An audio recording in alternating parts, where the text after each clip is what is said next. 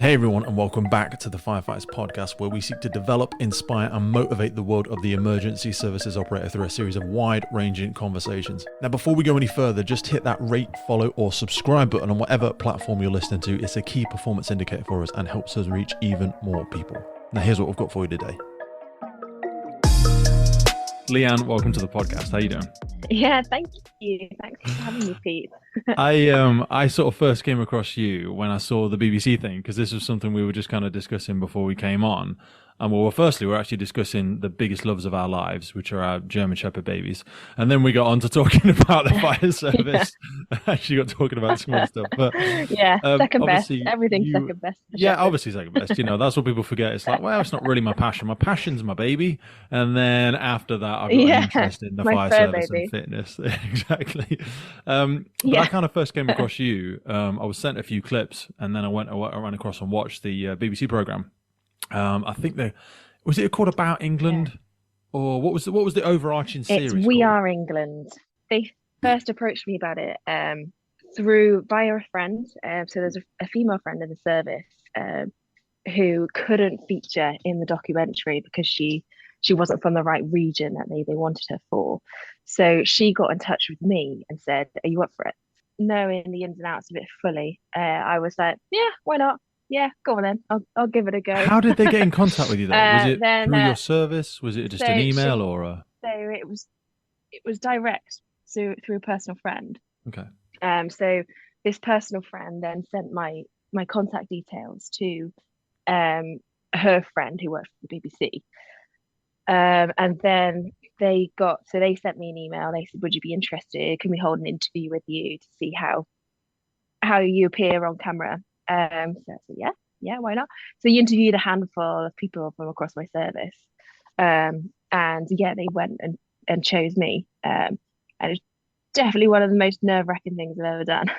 Really? Well, that first sit-down chat. Up Did you actually have to chat in person, or was it Zoom or?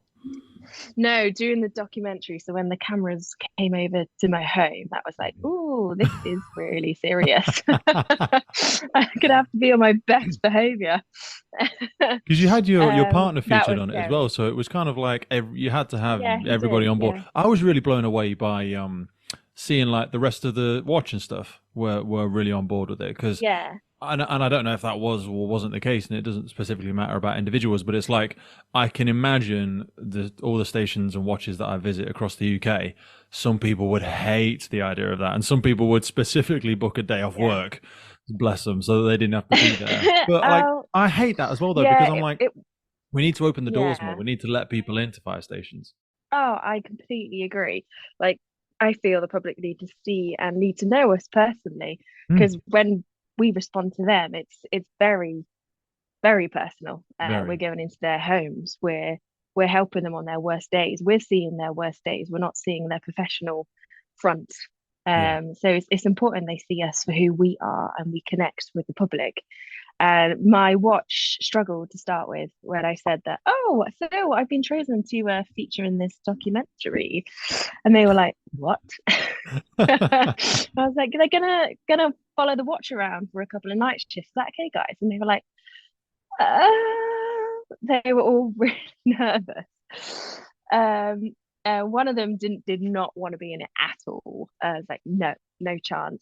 So we were like, "That's fine. We'll ask them to come when you're on leave." So we managed to get over that one quite easily. And then and some of the other guys are like, "Oh, I don't mind being in it, but just try not to capture my face. I don't want my face being in it." And I get it. So like, even my partner Neil, he wasn't overly keen. He was just like, I do think it's weird. I don't like being in the limelight. Yeah, I get that people like. I mean, it's obvious why, because some people, there's always like two sides to it. Because some people think, well, look, it's not all about me, and I don't like the ego side of it. But some people don't understand. It's not for some people that might be the case. But like when I do the podcast and stuff like that, I always say to people, it's not the Pete Wakefield podcast. You know, it's about firefighting. It's about the sector. You know, I just really would love to give people an insight into what we do. And again, it wasn't an episode based around Leanne. It was an episode based around firefighting. It was, and the life and the conditions and the equipment and the incidents that you attend. I find, and it's so hard though, isn't it? Because you almost want to say to people like, or I do, I'm like, oh mate, just get over yourself. It's okay. No one's really even going to remember. They won't even Yeah. remember you. Like they won't remember the main character No. or whatever. So don't worry about No. anybody looking back. It's not that way, but it's so hard, and you've got Yeah. to respect people's We lives. are who we are. Yeah, Yeah. Yeah. There's no point hiding in the dark, and I think we should all be very proud of what we do in the service 100%. and what we give to our communities. It's a massive pleasure to welcome our new partner to the podcast, Gore-Tex Professional Fabrics. Now, I've personally worn Gore-Tex for nearly 2 decades, working operationally in hostile environments, tackling challenging incidents from firefighting to water incidents and in urban search and rescue environments.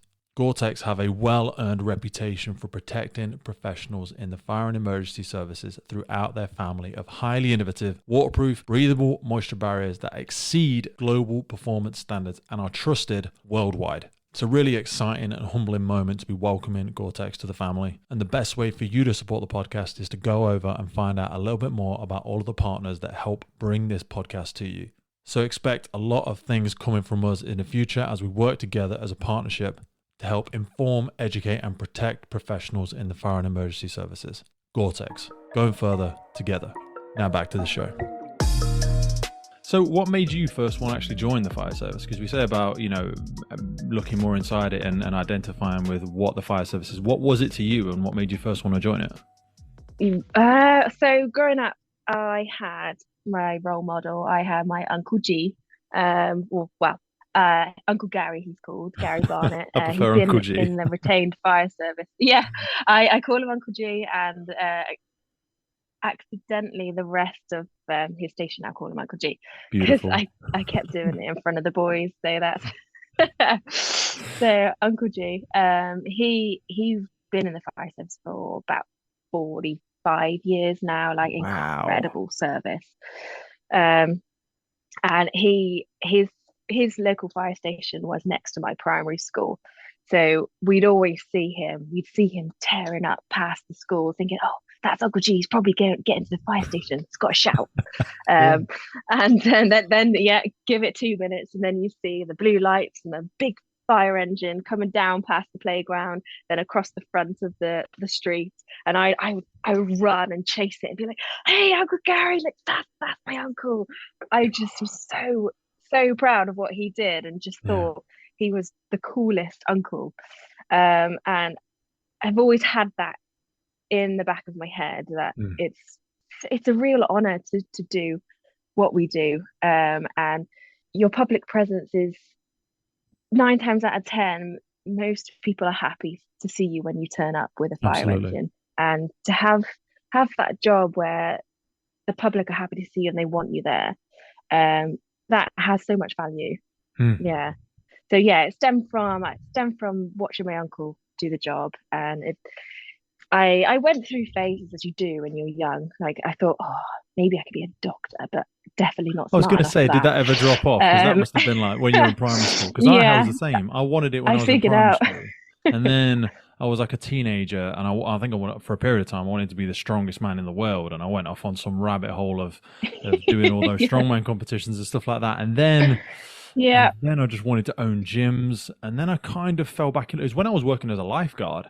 I remember there was used to a few firefighters used to come and swim, and they would put their alerters, their on-call firefighters, on the side of the pool, and then I would see it go off, and they would jump out the pool, and then you'd see them sprinting past the glass, and then a few minutes later you'd hear the sirens, and I was kind of like, that's cool. So then I just kind of got chatting to them again, and but yeah, you do forget about it for a little while. I always think, because it's a bit like saying you want to be an astronaut, and as much as people can also be astronauts, it's like you forget it's actually a real thing, and you could actually do that. But so, what sort of age did you kind of rekindle that idea in your mind? Oh gosh, it must have been. Well, I did apply as soon as I was 18. I applied for the on-call. So I went through like I'll be a doctor, or not smart enough, maybe I'll just settle for a nurse. So I've always wanted to do something that requires compassion and empathy, and like in the caring profession. But I also digressed and was like, I want to be a singer because I used to love singing. So went down like, maybe I could be a pop star. I do love singing. Yeah. You never lose that. Those Used to arts, you do never lose them. pantos. I love no, I still sing when I'm doing the checks or when we're doing the station work. I put some tunes on and I'm singing in the appliance bay. The guys love it, especially when I put on the Disney princess songs and I sing along to those. That honestly, right? So that's kind of one of my mini goals. You know, when you have little things you want to do. The one I think I would love is if I could be. I'd love to do like a rendition of Les Mis, and you know the guy who plays Yeah. the master of the house. That song. Um, Yeah. because played by Sacha Baron Cohen in the most recent rendition of it, wasn't it? But I can't remember the character's name. But I would like to be that character, and I would like to stand on a stage and do that, even just if it's just local drama. Because I feel like I used to love amateur dramatics, like the vocal warm ups, all that sort of stuff. I loved it. It was such an open, creative thing to be part of, and I don't want to lose it. I never kind of did it. I reckon I will end up being that 50-year-old guy who like finally does that little thing which you wanted to do when you was a kid. I'll digress, but sorry. Did you ever actually? Did you do any performance stuff? Yeah, I did. Yeah, I used to do a lot growing up. I did for my like GCSEs. I did drama. So I got involved in some productions like Blood Brothers. You heard of that one by I went down to London to Willie see Blood Russell. Brothers. Love it. Yeah, amazing production. So I did that, and I got to play Mrs. Johnstone and learn how to talk in a Liverpudlian accent, and had so much fun doing that and singing some of those songs What's your favorite about like musical? Marilyn Sorry, I know we're down a Monroe. rabbit hole now, but Oh, favorite musical. Oh my gosh, I don't know if I could pick. Les Mis is definitely up there. Les There's Mis is some strong. I went to go showstopper and see songs in Wicked there. It is. again though last year. Wicked is Oh, good. I've not seen that yet. Oh, there's But some yeah, strong my numbers. friends have been Defying and they Gravity love and it. Wicked is a great number. Yeah, That is know the powerful song. for me. But it's actually a weird Yeah. storyline. It's not really a traditional storyline, is it? Because it falls off the back of The Wizard of Oz. So it's not Mhm. really a traditional storyline, but it's a great one. Anyway, sorry. Yeah, I did like I was into opera as well. Like I used to sing a Mm. bit of operetta, so light opera. So I was very much into the more serious side of the music world as well. Wow. And yeah, just loved opera. So yeah, I went through a phase of yeah, I want to be a pop star. No, I want to be a musical theatre star. No, I want to be an opera star. Then realized that actually it's a horrible world. I did It's some vicious. auditions to get into some like top conservatoires, top musical schools. The auditions were horrible. Really? They yeah, they weren't a very nice well, for me it wasn't a very nice experience.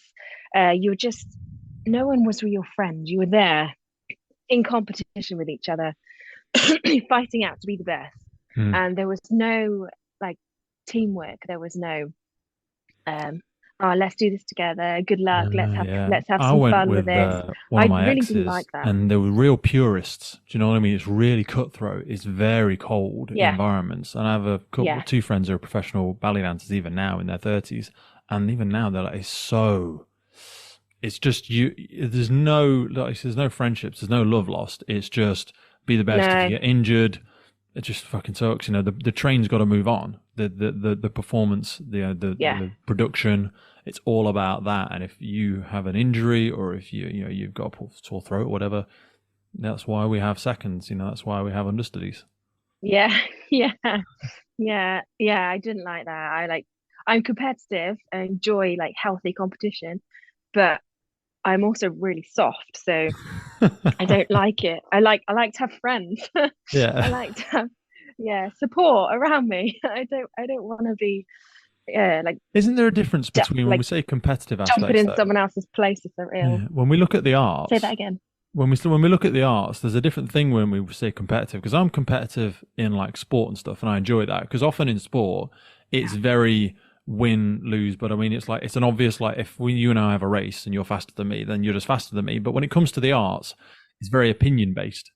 So you would take it so very personally. Yeah. Like if you're faster than me, you're Yeah. just faster than Oh me. yeah. I don't feel as bad about it Yeah. because you're just faster.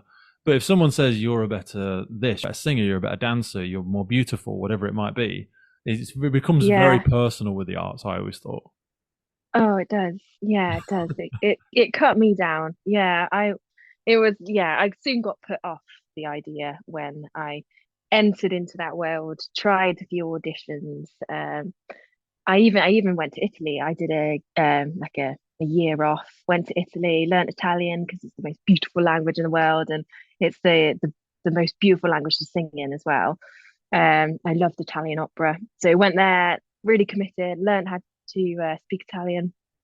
Went to music school in Italy and sang some great arias in Italian and came back all full of energy, like, yeah, I can do this. And then again, I was just like, oh, it's just not the world I want to be in. I don't want to be surrounded by people that as soon as you fall ill or if as soon as you're not good enough, someone else jumps in your place. Like, I want to be valued. I Yeah. want to do something that's worthwhile. So I yeah, tried again for the fire service. So I tried at 18, failed, didn't pass the fitness test. Really? So I was gutted. Yeah, heartbroken. I did all the sports growing up. I used to play in all the boys' teams because the girls' teams weren't competitive enough for me. Mm. And really like my family business, we do marquee hire. So I'd always be out with my dad when I was 15, 16, carrying all bits of aluminium on my shoulder and carrying all the big heavy rooftops and stuff. Just didn't like physical activity So what aspect didn't of it bother did me you at struggle all. with? I had so I failed the section of the test where you carry the equipment and you do the shuttle runs. Yeah. So I was a few seconds short of Wow. getting passing that. I think what it was for me, doing it in the PPE, I struggled with. One because what I was wearing was far too big for I me, was going to so say I was really that's struggling so with that. often a case for female firefighters. The boots are sized, Yeah, well, the smallest we've got yeah, is a the fit. 10. You're like, well, that's not fair, Yeah, because this stuff's falling off me. I'm a 4.5. Like, Yeah. yeah, Well, I just put yeah. an extra pair of socks on. No, that's not fair. Yeah, you'll be fine. Yeah. Yeah, so yeah, I struggled. I failed, and I was I was gutted, absolutely gutted, because I was like, yeah, fresh out of like college, and thought, yeah, I'm still not 100% sure what I want to do, but I definitely will join the on-call because Yeah. I've seen my uncle do it, and I want to give back to the community, the wonderful community that I've grown up in. Hmm. Um, and then I didn't get in. I was just like, oh, they don't want me. They don't want me. What did your was, Uncle G I say was about so it? I bet gutted. you felt terrible, bless him. Yeah, he was like, yeah, he was, oh, don't worry, Annie, you could try again. It's not everyone passes first time. Yeah. But to start with, I was like, had the hump a little bit. And but it. I thought after a while, once I got over like my hump, I thought actually I'm very young. I've got no real life experience behind me. I'm fresh out of college. Um, I am sporty. I am physically fit. But strength doesn't come naturally to me. So perhaps that is something I need to work on. So I went away. I This is when I did my Italian trip. So I saved a load of money. I did loads of random jobs. I worked in a care home. I then became like a community carer. I went out to people's houses. Um, I had a job in a garden centre. I just did anything to earn a little bit of money, and then I went away traveling for a bit. And I came back in a whole different mind frame. I was a much more confident person. I had a lot more faith in myself, a lot more worldly experience behind me. Hmm. I knew what I needed to do to pass the test. So I would be going to the gym, I'd be practicing my strength training, I'd be keeping up my running as I would normally do anyway. And I went back to do this test again. And I had this little, when you've done something before, you failed it, and it's um, like a hurdle you've got to get over. Yeah. It's a mental blocker. Um, You're just I like, oh, Yeah, a God, mental God. blocker, yeah. Yeah.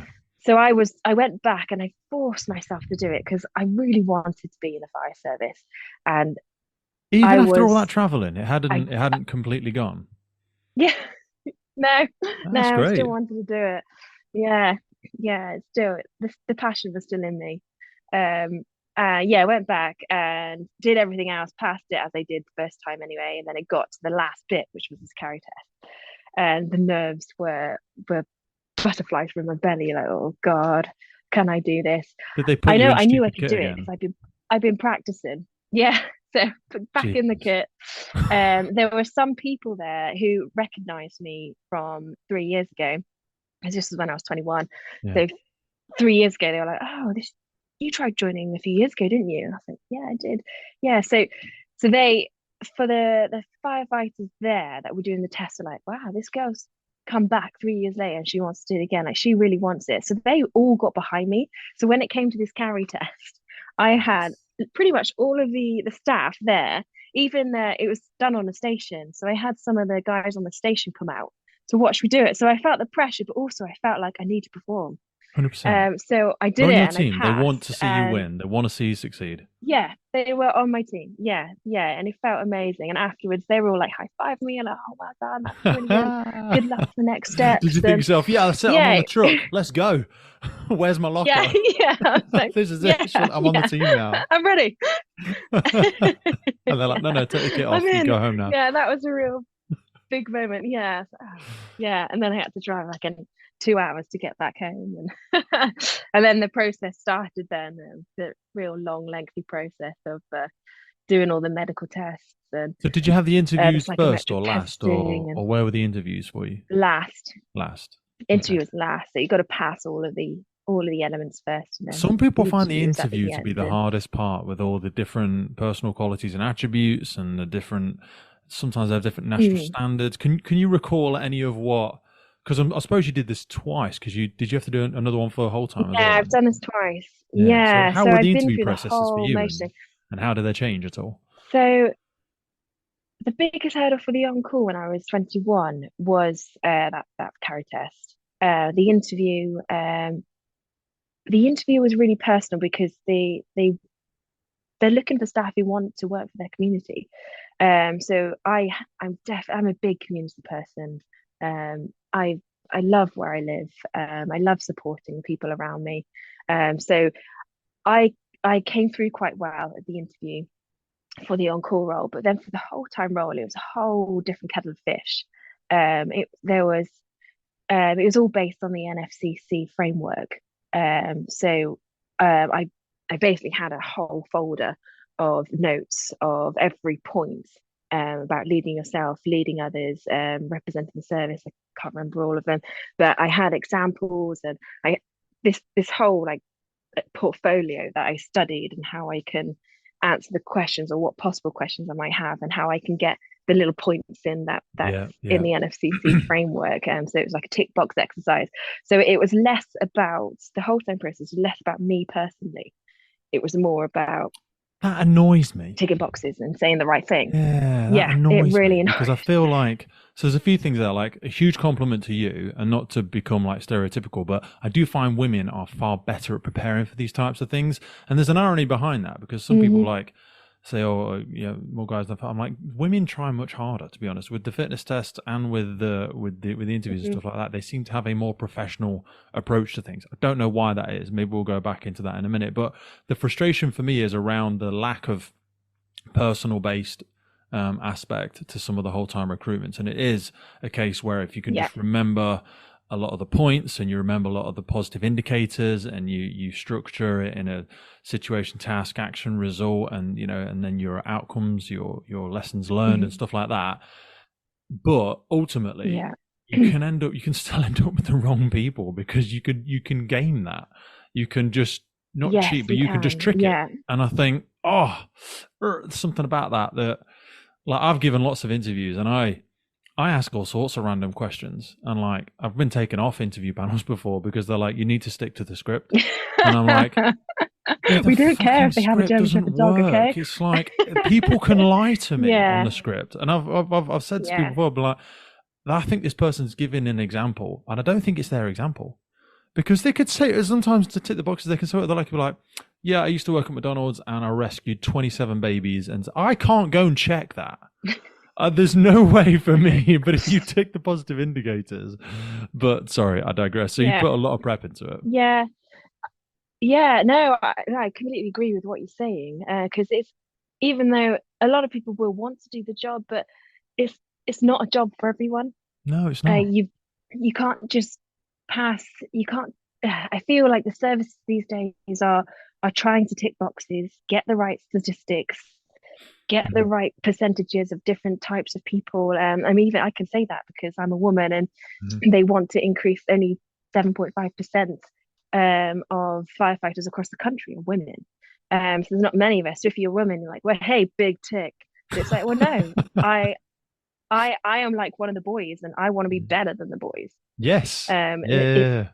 That's what the service needs, not just, oh yeah, she's a woman, so yeah, that'll be a good stat for the end of the year.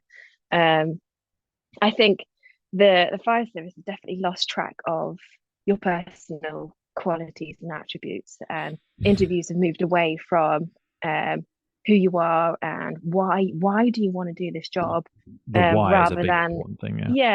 rather than like, oh yeah, I did this experience, or I've got this qualification. And I feel that that's come all the way up to the watch rooms, where when you're around the mess table, and years ago you used to all really gel well together because you're all there for the same reason, because you really wanted to do the job. Whereas now some people are doing it for, I'll do the job for 10 years or so, I'm going to get this on my CV, I'm going to do this service, and then I'm going to move on to something else, rather than someone that really, really wants it. And then there's a divide then. You don't get that gel as a watch, that teamwork. I think, and it all stems right back down to that recruitment process. I actually I tried to apply in 2018 for whole time, and failed the process, even though I've been in for what, 7 odd years on call already. What did you struggle with that time? So that time it was the process. I failed the maths test. So that sounds surprising. I don't like maths. So we did you do the application, and then once you get past that stage, you do a series of, there was a maths test, an English test, and a mechanical test. Mechanical reasoning one. Yeah, that's it. Yeah, so I was fine with mechanical reasoning, fine with the English, but the maths test, blooming heck, you needed a maths degree to pass this test. It was impossible. It was really hard, really hard. So I didn't pass, and I got frustrated because I was like, well, I'm doing the job already. There's And just big because thing I'm not about smart that, enough. isn't there? Yeah. What do you think? Like, should all on call be able to naturally migrate once they pass their not naturally, but like, should they be given like, I don't know, like preferential? Because like, if you did just look at it from a business case, well, actually, there's a few things there. Like, I've already trained you, so I've already spent a lot of money on you anyway, so you're a bit of a bargain. But also, there is unfortunately a lot of data about when people become whole time, they stop doing on call. There is a lot of data about that, and I don't know whether that's just correlation or causation or whatever. I don't know, but I know, for example, I did on call for 10 years, and now I don't do it. Because I'd just done that period of my life. I still did it when I joined whole time. I did it for quite a number of more years, like maybe another 3 or 4 years. But then also I wanted to do the podcast, and I wanted to do other traveling stuff. So it's like, I don't know. What do you feel about it? I still do my on call. I've been whole time for 2 and a bit years now. I love my on call. I really do. The guys that I work with in my rural village are fantastic, and every drill night, whenever I get to go to drill night, it's a barrel of laughs. It's a load of fun. We get the job done. We do the training we need to do. We have a cup of tea at the end of the night. Someone usually brings cake because we have great partners in the background who support us and send us to fire drills with cake. And it's no chore at all. Well, it runs on passion, doesn't it? Because the on-call or retained or whatever people call it, wherever they are, the pay is pretty terrible. And I know they're looking at a lot, and that's why they're struggling so much with recruitment. We're actually having a guy, Steve Sadler, who has ran a big national on-call RDS. Basically, they come up with a few ways to make on-call more appealing to people, and they manage the availability differently, and they work with the Fire Service Rota, is another company we've had on the podcast, and basically they're making on-call much more flexible, and they're making it more rewarding in terms of pay. Do you think like we should still be doing it by how many calls you get, or do you think it should be salaried? Or because pay is not the only reason why it's tough, but it does run on passion, because you give, I think like around where I live, you have to give a minimum of 60 hours. It might be slightly less now, but it's Yeah, massive, 50 especially if you've got a family or a partner or a is a dependent or huge something like that. commitment. Yeah. It's I don't yeah, I don't know. I don't know how I feel about it. For me, it's community driven, and you've got to be that type of person that wants to be putting yourself out there for the community. And you're not gonna find those people through paying them more money. But I've seen across my service, the retain is very different. So in my area, I'm from a very small village. So we were a standalone on-call fire station, where my whole-time fire station, there is a on-call unit attached to it. Okay. So we've got one whole-time pump and one on-call pump. And that on-call group is very different to my experience of on-call, because they're second to the job, so they're supporting the whole time. So they're not. Also, it's not their station. And so It's that not their happened at station. my on-call Yeah, station. We used to have both trucks to ourselves as on-call, and then they made one of them whole time, and the whole dynamic shifted. yeah. There's some better stuff, because you can join the whole time for drills and you can do more training, but Oh it's not yeah, your yeah. station I definitely anymore. missed You out on don't that get because as much operational exposure. You're not the incident commander very much. Things no. do change a little bit.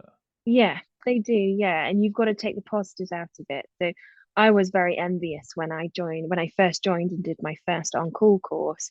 I was with some of those people from stations with the whole time attached to them, and they motored on through their Yeah. development because they had the support. They were going down to station. They had people who were very experienced who worked at training center, and they were there running some of their drills. Whereas my lot, I was the first one to join in 10 years, and none of them really had a clue about a development firefighter and, oh, what do Just we see do it. with her? 7 o'clock on a Yeah, drill night, dusting off the old books yeah, out the fog. yeah, Right, Leanne, it says, bloody hell, what are they doing now? Oh, we didn't do that yeah. when I joined. No, Christ. that's what it was like for me. Yeah, so yeah, very different. And so I think when it comes to the on-call recruitment and how you pay people to do this job, it's it's a very difficult subject. But for It's me, really difficult. Nationally, it's that it's a community driven, problem but they not are for just everyone. so struggling to solve, especially actually, ironically, like, and we won't share where you live, but I know you live in a nice rural community. It's actually Mhm. harder in rural communities because people that live in rural communities live in houses that, you couldn't get a house there for less than 400, 500,000 pounds Yeah, probably.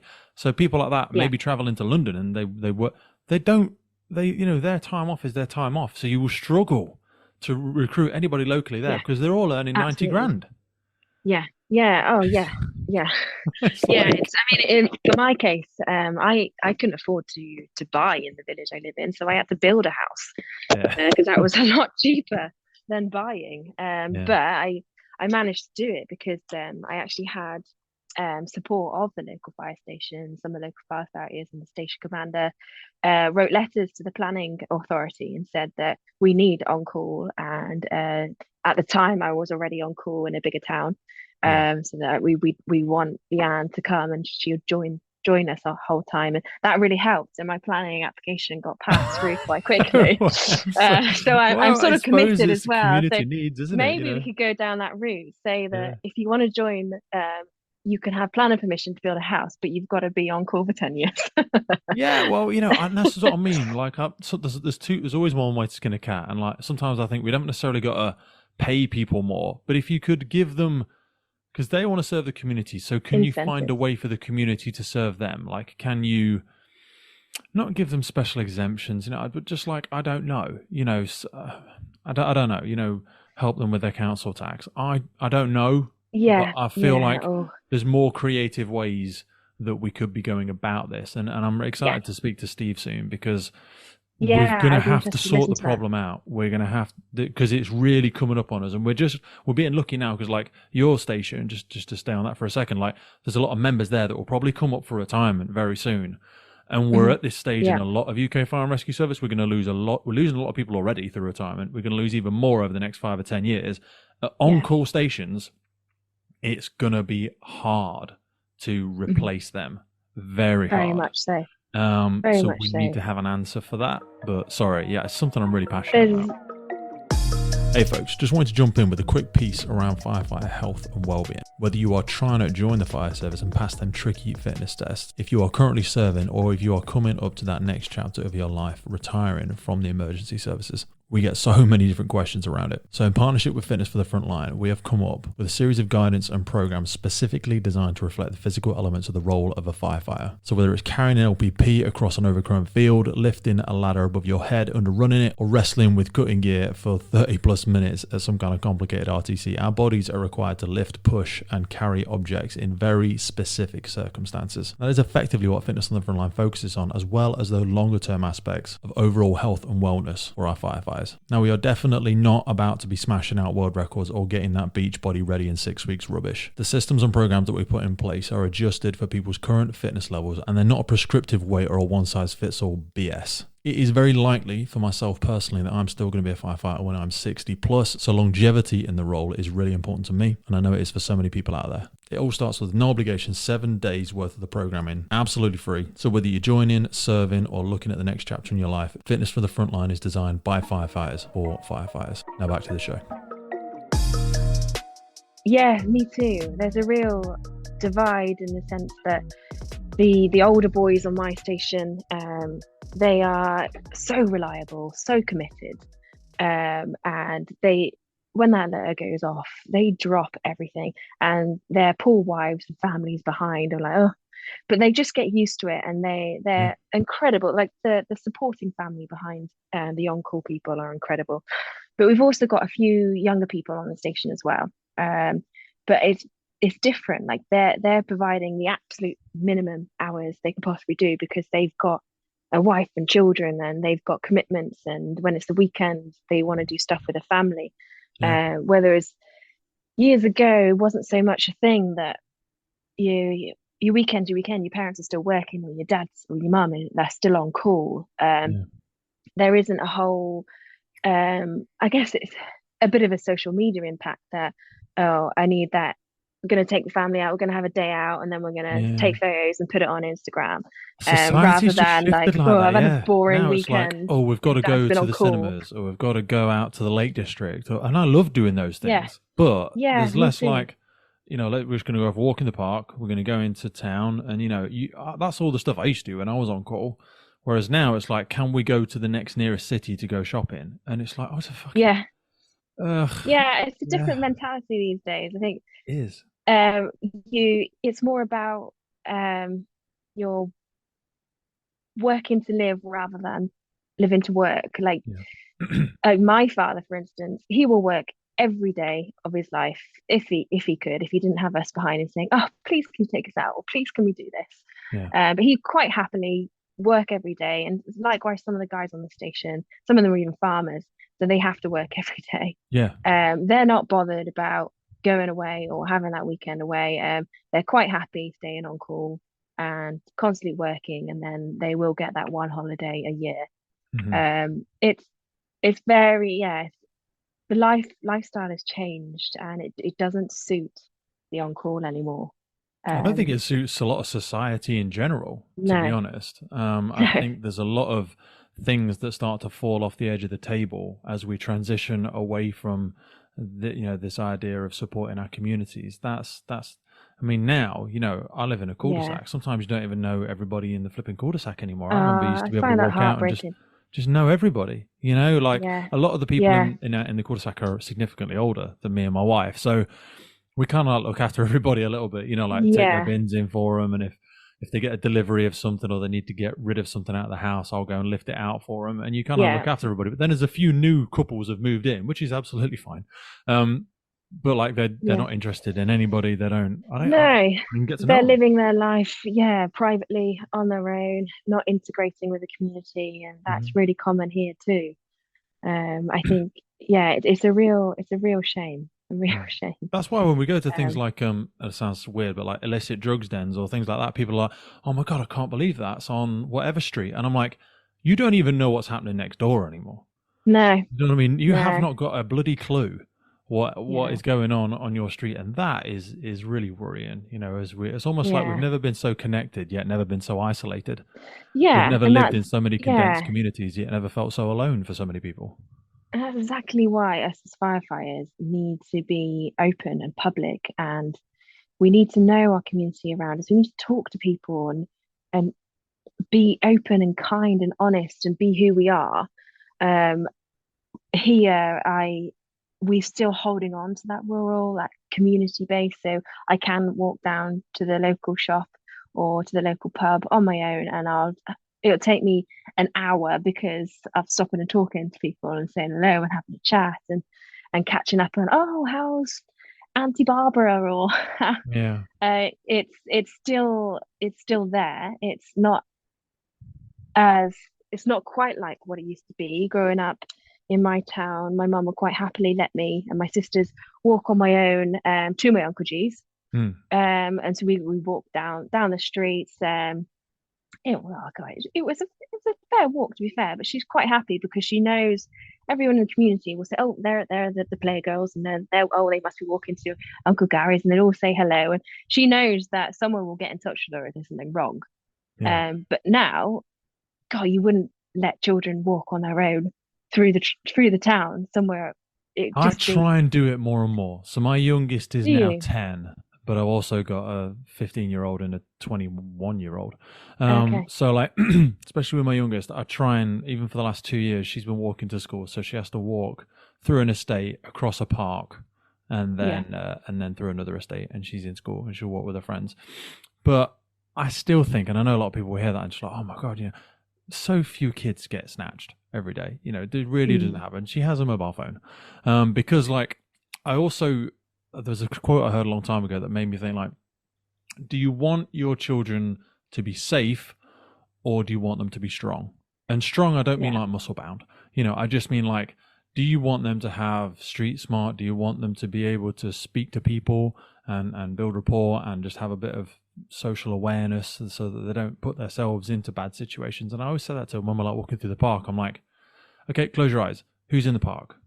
And she'll be like, okay, there's a guy over there. Because you should just be aware of your surroundings. Yeah. You That's should cool. know if Yeah. someone's 20 meters behind you. Not be scared of them, but just be Yeah. aware and Just think, you beware. know what? Yeah, I'm going to take the next turn because I don't need to be in this environment anymore. And that's all you need to do sometimes.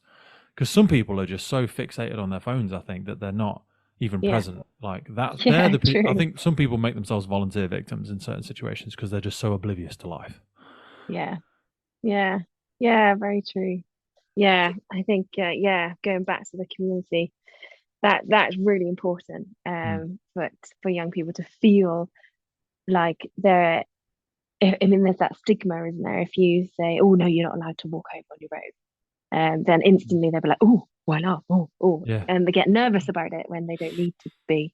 Why You've do got you to have think a we've bit of got a trust. growing sort of distrust in communities now? Because I know trust and teamwork and those values. In fact, something you were saying then, like Yeah, people will identify with you and the other on-call people as a firefighter, but some people don't yeah, like being held to a certain standard when they're not on duty. Which I think I'm like, yeah.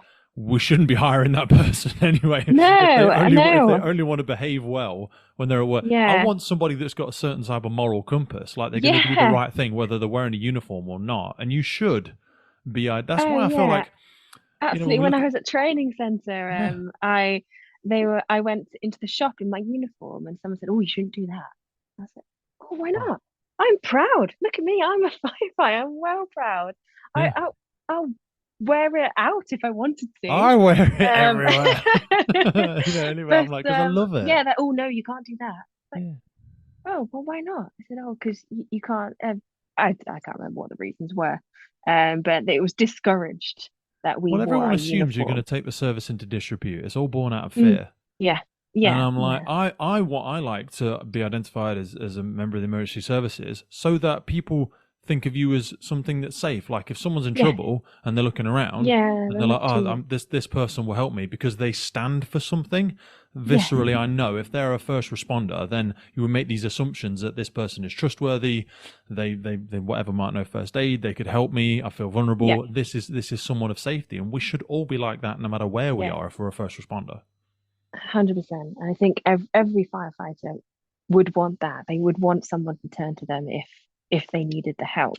But how are they going to know if we're all hiding behind our normal clothes and not allowed to post who we are on social media, or not allowed to talk to people in the community, or I don't know.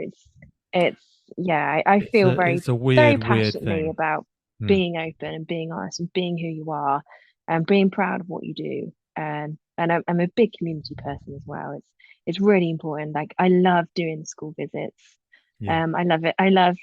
There was one time where I was walking through my village, and it was not long after we had a group come to the station, and we showed them around, and this one little girl, I half recognized her from the school and gave her a wave, said, "Oh, good morning," as you try to engage with people as you're on the morning school run or whatever.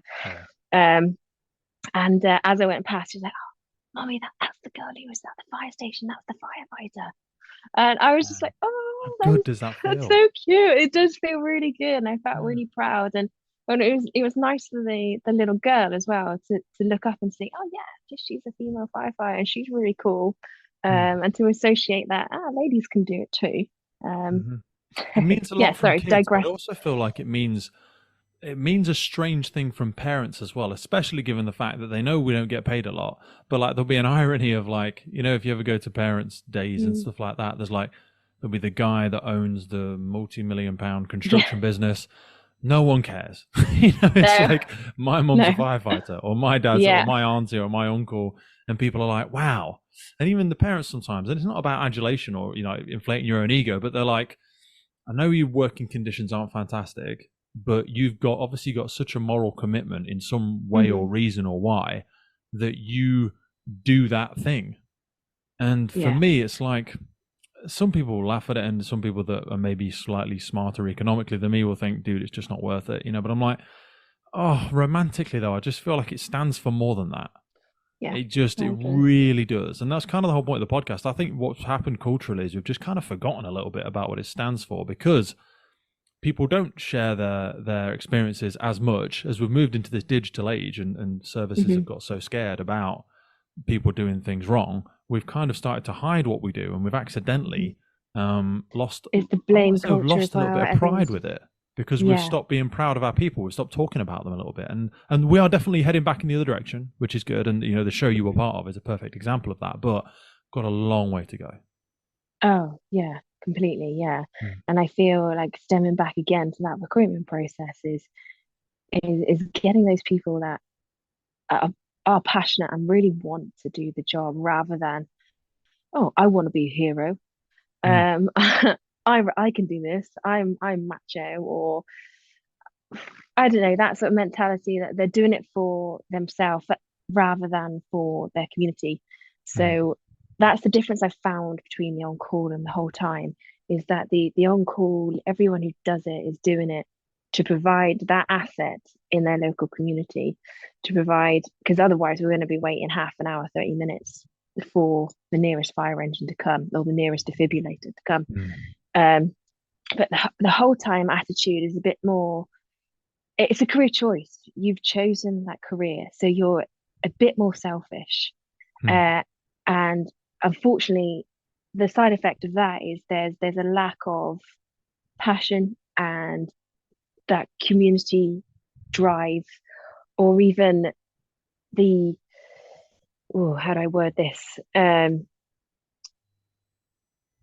You're not a team member. You're an individual. There are a lot working with a team, and then when the opportunity comes, you're going to ditch your team, and you're going to take that promotion. Or even if your team doesn't think you're ready for that promotion, but you want it, so you're going for it. That second one is something I really struggle with. So like in the service that I currently work for, I think the biggest failure, when people say, "Oh, how did so-and-so get that job? His team hates him," or like, "He's a crap firefighter." And often it's because a lot of managers struggle having uncomfortable conversations and they fear repercussions. Like if I said to you, and well, it's different for you because you've kind of like got an emotional intelligence. But if you weren't, and I said to you, look, Leanne, I don't think you're quite ready for it, and here's some of the reasons. I want to see you engage more with the team. I want to see you develop other people on the team. I want to see you do things when you're not asked to do them. I want to see you turning up on time. I want to see you 5 minutes early for parade. And why? I don't have to do that. Show me in my job description where it says I need to help other people. Well, I mean, I could do that if you wanted me to, because there is an aspect in there about developing others. But then we're into an altercation. We're into an argument. There's less people are willing to be mentored, maybe, and they do exactly what the contract says and what it has to say. And if it says I can go for a promotion and I think I'm ready for it, that's why I love things like 360 feedback, but a lot of places don't really do them. They don't have, I'd love feedback from 4 members of your team, from somebody from a different station that works on the same watch, from your line manager, from a member of the community educators that you've worked with. And on a scale of 10, how competent is Leanne? How trustworthy is Leanne? Do you think Leanne cares about you as a person? How much is she as a good listener? Does she practice the morals? Is she trustworthy? Things like this. I would love that and make it anonymous, because people might go, oh yeah, but if everybody hates Leanne, then they're just going to score her badly. Well, if everybody hates Leanne, Leanne, who's going to probably trust because Leanne's probably not a nice person. If one person gives her terrible marks, then that person's a dick and obviously doesn't like Leanne, and fair enough. But on average, you'll find out how much is this person trusted, because otherwise we do put people in positions that they're not ready for, and they do emotional or morale damage. They might say, oh, but I've got the right qualifications. But you're like, yeah, but no one trusts you, or no one thinks you've got any authenticity. But it's hard for people to write that down because they're so fearful of, well, that's your opinion, Leanne. It's just you saying that. So that's a very sticky area. And I think that clouds a lot of the whole time in it. Yeah, I really agree with you there.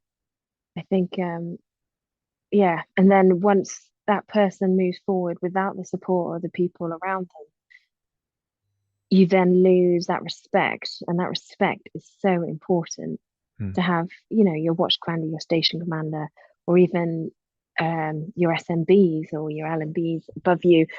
If you don't respect that person, there's gonna be a load of negativity from those decisions coming down. You're not gonna take, if someone's made a decision and you don't agree with it, but you like that person, you're like, well, that person, well, there's probably, you can reason with them and you can talk to them and you can try and understand the decision you made. But if you don't like them in the first place, you don't like the decision they made, instantly there's loads of negativity and hatred, and it's a horrible environment to be in. You fill the gaps yourself with either optimism or pessimism. Because if I like you and you make a decision, I'm like, well, you know what? I'll wait till I see Leanne, because I'm sure there's probably some rationale in her head behind that. I don't quite understand it on the face of it, but you know what? She's a pretty good egg.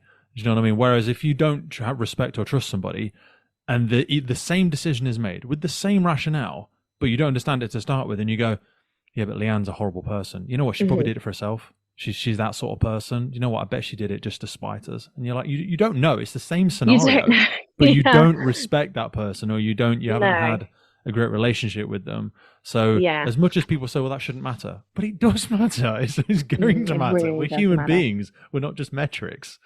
Yeah. So I was lucky. I came into the service and I had a station commander who stayed with me for pretty much my 10 years of the on-call. Wow.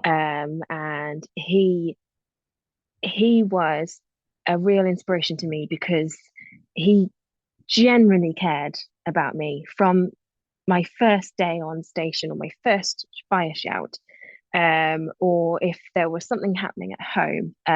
He generally wanted to know what's wrong, how can I help you, what can I do about it. And also there was that element of professionalism as well, like, how's your development going, what areas do we need to focus on, what do you need me to organize.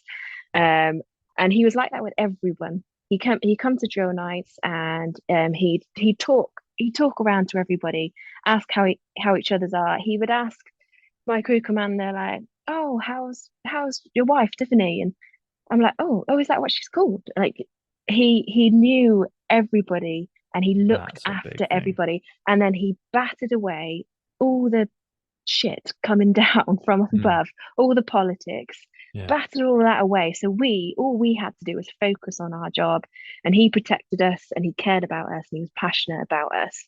And then when he left, it was there was a big hole, and we felt like, oh, we're not cared about anymore, and no one's concerned about us. And then we were getting some decisions from up above that we weren't aware of or were happening, that we were protected from previously. Um, and then it made us angry, and we disagreed with what they were saying. And Mm. it he was a real role model for me. Just the way that he focused his job on the people who worked beneath him over his own gain, his own. Yeah. He wasn't a station commander because he wanted the money or he wanted that promotion. He was there because he wanted to look after people beneath us, and he was an older guy, so he'd worked up the ladder. So he'd done firefighter, crew commander, watch commander, and then he got to station commander, and he was quite happy there. He was like, "Yeah, Mm. I'm going to stay here." I'd imagine he could have gone all the way, but he he didn't want to. He was Mm. losing touch with people. He was very much a people person, um, and that element is going. There's not so many people there that know all of your names, and know your partner and know your dog. Well, because you um, do have to sacrifice in this day and age, as I'm finding so much, in order to do that, which is something I'm very passionate about, you do have to sacrifice the other material, quote unquote, success, if that's what you term as success. Now, because the yeah, problem is most of yeah, us term success as how quickly do you climb the ranks, how much money do you earn, and all that sort of stuff. But it's kind of, again, the whole point of the podcast is it's like, how do you want to be remembered? Do you know what I mean? What will people say after they've had an interaction with you? And when I think about that, when I think about the soft skills that I'm so passionate about, I'm not saying I'm good or bad at them at all, but like it's something I'm really passionate about, because you can spout lyrical about all the things you know, and you can quote all the Fire Service Act and all that sort of stuff, but people don't. I always remember someone telling me a long time ago, people don't care how much you know unless they know how much you care. And that's yeah. so important. Do you know what I mean? If That's you lovely. know Yeah, somebody's name and you know their family and you know what they're interested in, and you're like, hey, how was the trip down to Newquay the other week? How did it go? yeah, Yeah. And then you go to an incident and they go, hey, boss, what's the, what sort of cordon should we be putting in here? And you're like, I'm really not sure, mate. Let's go and check the sheet. let's have a They'll be look. like, yeah, sure, Yeah, absolutely. But if you're a dick, yeah, yeah, and you go there and they go, what's the thing? And you're like, oh, they'll be like, he doesn't even fucking know. He's useless. You know yeah, what I mean? yeah, Because yeah, I've got a yeah, personal connection with definitely. you because you haven't put the time in. You've not put the Yeah, time in to have a personal connection with me, and you'd rather be right than be part of the team. Do you know yeah, what I mean? It's yeah. like marriage, isn't it? You're like, do you want to be right all the time or do you want to be happy? Because you can't be both. Yeah, If you want to yeah, be right all the time, then you're going to have to sacrifice that relationship a little bit. And I yeah, think there's a big aspect of that. And you're right. We just hemorrhage those soft skills. We focus on the hard skills of the qualifications and the tick boxes, yeah, and yeah, that has to be born in the watches though. It has to come from the ground up. And we also have yeah, to accept the fact that those people are probably never going to get much further than station or group commander. I have mhm, met one or two yeah, chiefs with really, really strong emotional intelligence, but it's rare. It's yeah, very rare. And if if it happens at all, it's usually happened later on mhm, when they go through. There's a senior leadership development program. There's like a man in the mirror course that some of them go on at the Fire Service College, and a lot of it there's a lot of self-reflection involved in it, and a lot of them have a lot of wonderful breakthroughs, to be fair, but like sometimes a lot of the damage is already done then. That's why when mhm, they're assistant chief or something, they'll transfer to another service because sometimes they've just yeah, ran out of people that like them or trust them, yeah, which yeah, is yeah. I'm aware of that.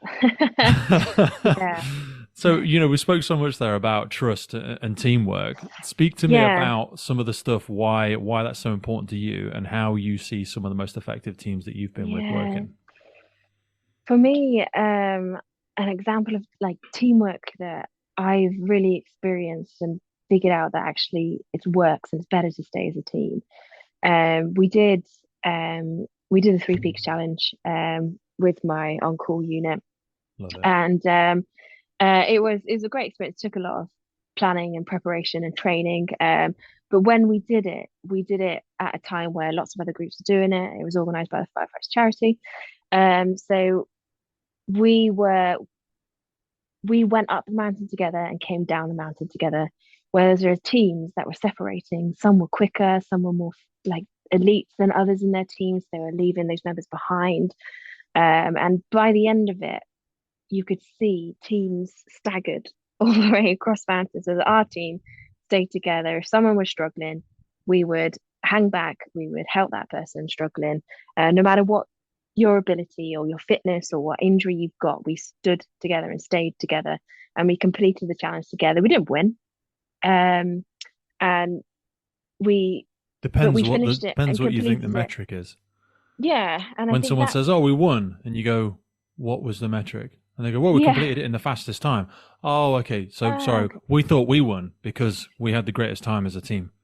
So Yes, I thought that yeah, we won. exactly. Yeah, Yeah. and that meant the world to me that we all stuck together and did it together, and you get those individuals that are stronger and are better, and want to go forward. But it's those people that you need to hang back to actually come on, let me carry your bag. I'll carry your bag. Mm. Let's do this together. I think that's so important in the fire service because when you're on the instant ground, you need to have confidence in your OIC. You need that OIC needs to be strong, but you need to believe in them and trust that their decisions they're making are the best decision at the time. And you need to trust that you're wearing BA, you're in a job, and you're number two, so you've not got control of the branch. But you need to trust that that team member is not going to leave you behind. That number one is going to control that fire, or he's going to be you're a bit disorientated, but that number one stayed on the wall. They know exactly where you are. You need to rely on each other. Reliability. You need to, that trust. You need to trust the Mm. pump operator who's outside, so Yeah. that they're doing their job properly and making sure that you got water at the end of that branch. It's everywhere across the fire ground. It's all about that teamwork and that trust, and it's not leaving someone behind. It's not being the hero. It's not I'm gonna run into this building and get that Mm. child, pull that child out on my own. Mm. It's about right when we get there, pump up needs to set up. You need to set up the fire ground. You need to make sure we got water to the branch. We need to test the branch. We need to go in together.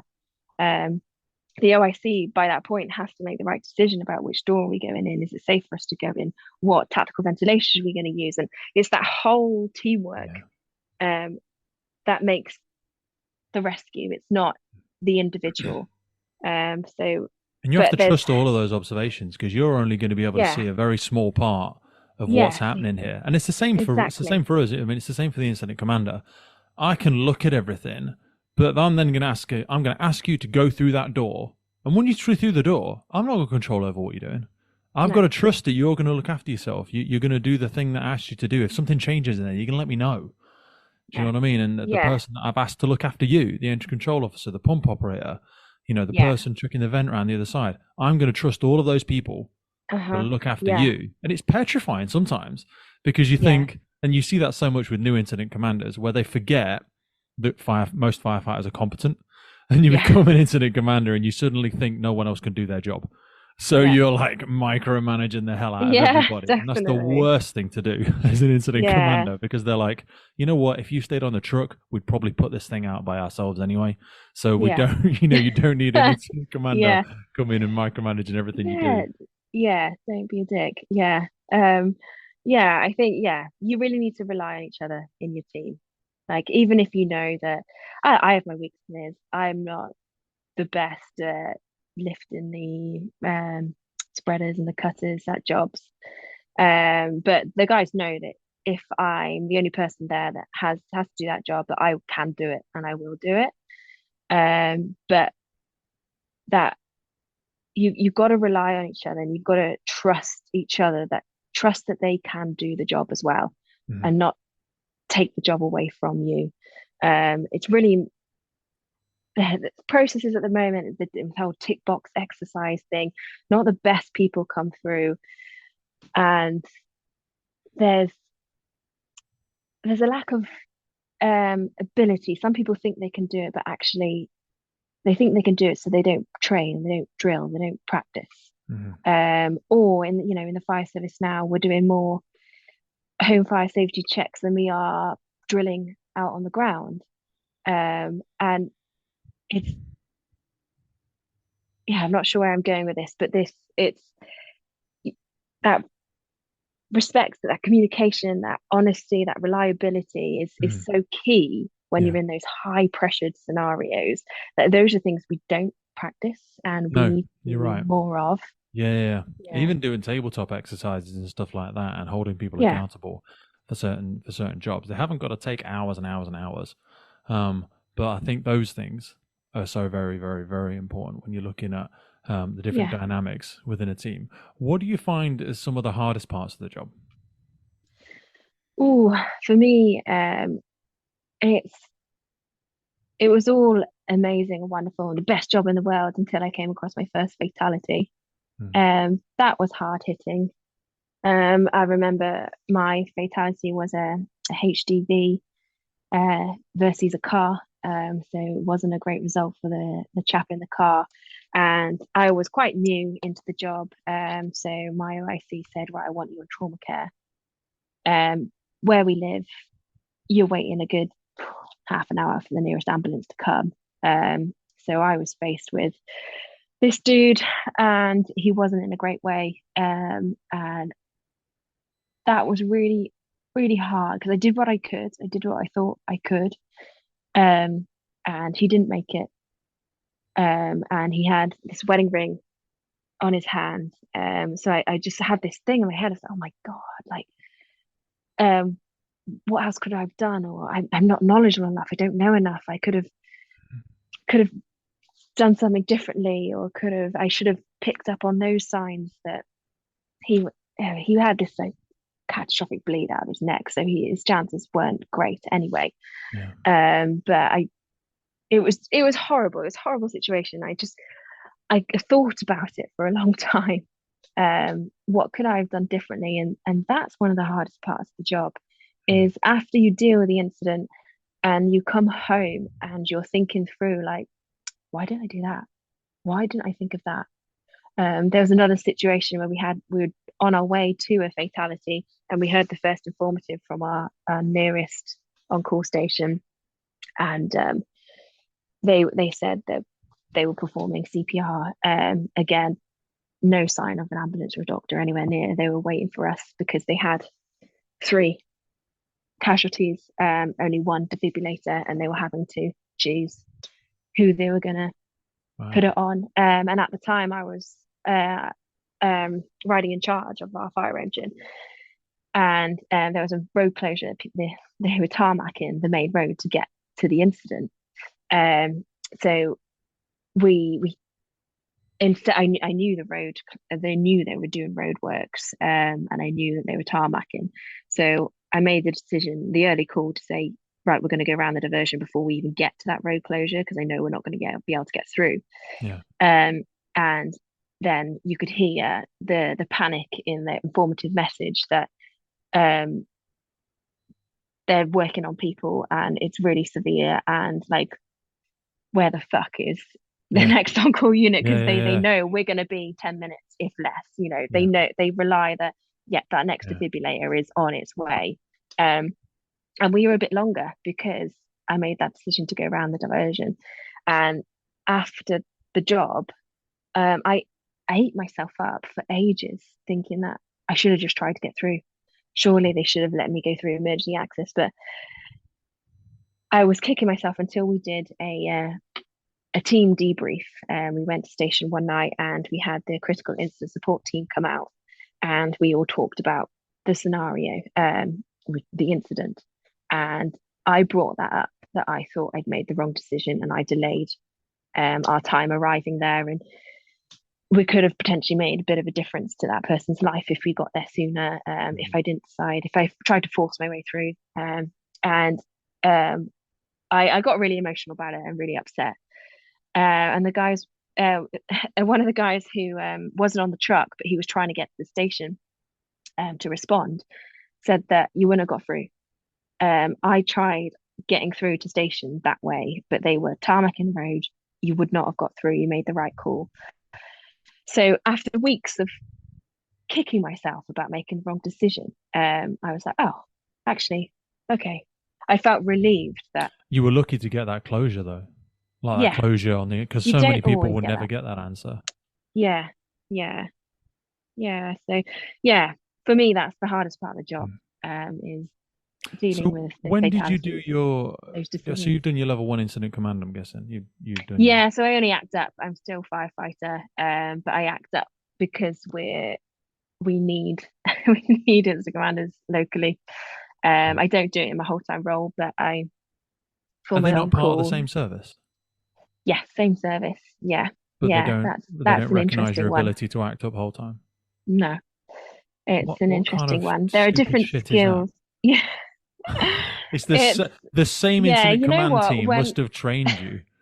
yeah, Who would train you whole time? It's the same yeah, thing. but It's it's the not my same job. fire engines. My Oh it's my god. I'm not saying that you it's should or you need to act up whole time or anything like that, but yeah. that's There's some been I don't understand that. And I'm at a level where I have those conversations and I'm not part of our specialist training unit, but I'm like it must just take a group manager or somebody to go, oh, that was a stupid thing that we used to do then. Let's not do that anymore. Let's recognize the mhm, qualifications across the entire board, no matter what matter what part of the service you belong to.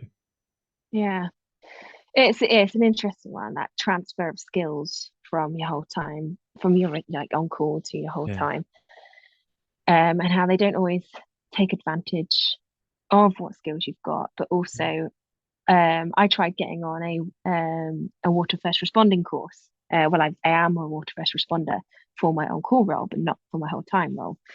And I wanted to go on a training day with the on call, but I was on duty, and I couldn't get course leave to do the water first responding course because it's a different contract, and it's a different job role. So I couldn't get the day off to do it. Mhm. So I really want to do it. So I booked a day's leave just so I could go on this course, which is ridiculous because Yeah. it's the same service at the end of the Yeah. day. Um, yeah, it's an interesting one, but also there are things. There's there's been times where we've had um firefighters, like on-call firefighters, who have been in the job whole time as temporary role, but don't pass the firefighter process. So they weren't good enough, or they couldn't pass the process. They didn't put enough time into preparing for their interviews or something like that.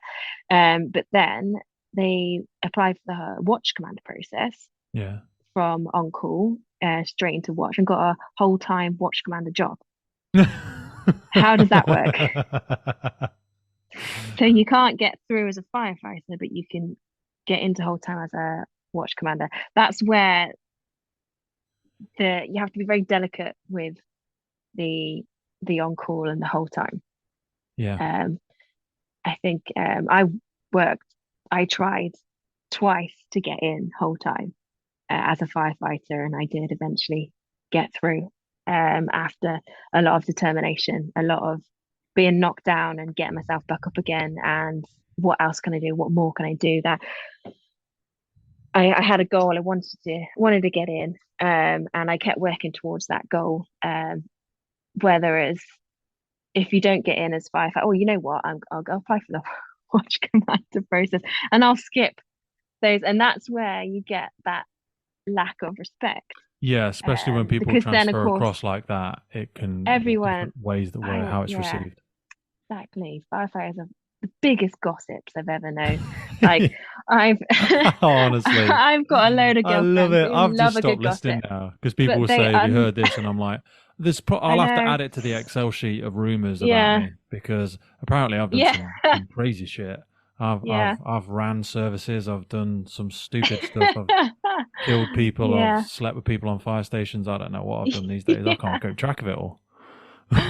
Yeah, biggest rumor mill. Yeah, yeah, it is funny. Yeah, because even growing up, my mum would ring my uncle after drill night on the next day, and she'd say, "Oh, so what's the local gossip?"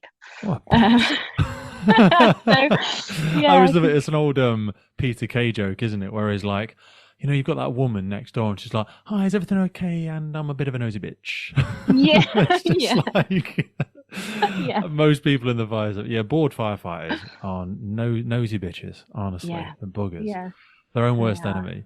I Yeah. wanted to ask you then about that. When you did your incident command, what was that like the first time you were sort of took charge of a truck? Was there any reservation? Because there's a Oh, lot it of was a people joke. happening these days, like moving into those roles. So, Yeah. and people are So petrified yeah. about it. Some people aren't ready for it. Oh, I was What made you think petrified. you could Yeah. do it, and what made you? Um, What was the hardest part of it? my team behind me encouraged me to do it. I wasn't sure that I could do it. But my group around me were like they believed in me. They thought, yeah, you can do this. So they actually put me forward. Wow. My watch commanders and crew commanders. And then I had the respect of the firefighters as well. They're like, yeah, you'd be good at that. Yeah, you can do it.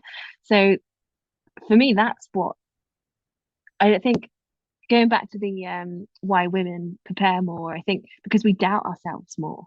Yeah. We definitely lack confidence in our ability. I do. I don't always believe in myself. So they believed in me, so I did it, and I passed my assessments. And then we had our first job, and I was in charge, and it was cat stuck up a tree. And I generally thought that I'd been stitched over. So going to the job, I was talking to I reckon the boys had stitched me up. So I was like, who's organised this? Somebody's stitched me up here. It's one of you. And they were all sniggering and like egging me on that yeah, someone Yeah. stitched her up over here. But it was a genuine cat secretary job. Which I was lucky. It was quite an easy one to manage to see first job in charge. But it became a real joke. Hmm. And the boys were loving it that How did you I find your found. first one Yeah. like attending alongside a whole time substantive commander that you don't know? Because that's the scary one for Yeah. people where they're like, who are we going with? Well, we're going with this station and so is covering from wherever. You've never worked with him or her. They're an unknown watch commander or whatever. You're just acting up, firefighter, temporary crew commander or whatever people term them as. Mhm. Yeah. That I is found sometimes the it. scariest bit for people when they get there Yeah. and it's all going and they're given real tasks and there's a real fire or there's a real person trapped or something Yeah. definitely needs to be done, and then it's go. Yeah. I found that intimidating. But being the first truck on scene, I had faith in my crew, that they're all competent. They're all some of their abilities are way better than mine. I'm just there to make the decisions, to put the right radio message back, put the safety precautions in place. And I knew I could do that, and I relied on my crew. It's not always the case now with so many new firefighters Yeah. coming in that I'm lucky with my crew that I could trust them. But when the whole time lot would turn up, I feel quite intimidated. There's me in my oversized Insta Command jacket that looks like a Yeah. dress on me. Um, but I approached it as, look, this is what I've done. This is what we're doing. I'm not 100% confident. I'm quite new. Tell me, yeah, guide me. And that approach, I think, went down quite well because I, I'm still, I'm not being that dick that's like, Mhm. oh, I'm in charge now. Yeah.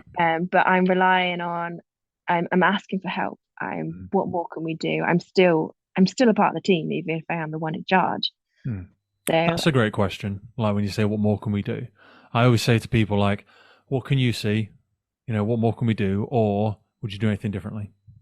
mhm, It's not saying that you're gonna change your mind and rely on them or anything like that, but it's this is what I've seen from where I am.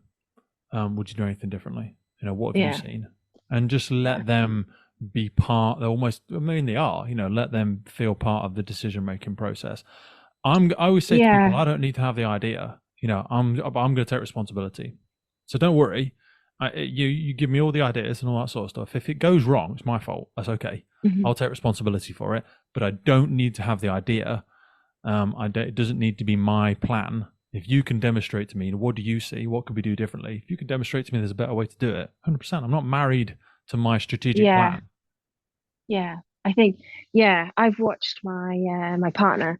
I don't work with him very often. We're on different shifts, but I've covered one of his firefighters before, and he's a watch commander, and he always takes his probie or his trainee firefighter off the truck with him, and I've witnessed him guide his probie and just say, "What do you think?" And at the end of the day, he's really strong, and he's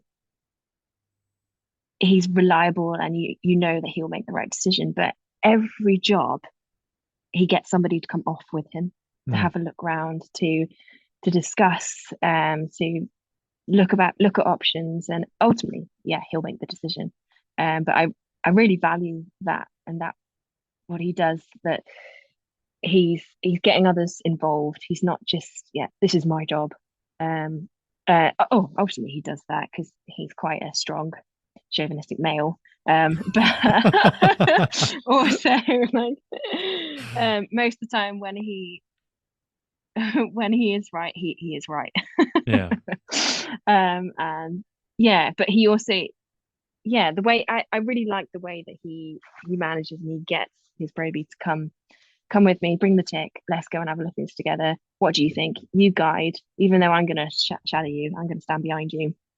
I'm going to ultimately deal with the person we're meeting.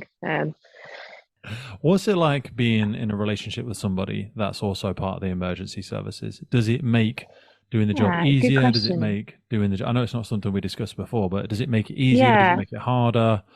Do you just end up talking about it all the time, or does it? What's the good, the bad, and the ugly? I suppose the good is that we understand the pressures. So we're lucky in the way that the way our shifts work, we'll always get 2 days off a week together, whether those 2 days are midweek or it's only 1 in 8 that we're together off on the weekend. But it's nice to get those 2 down days together.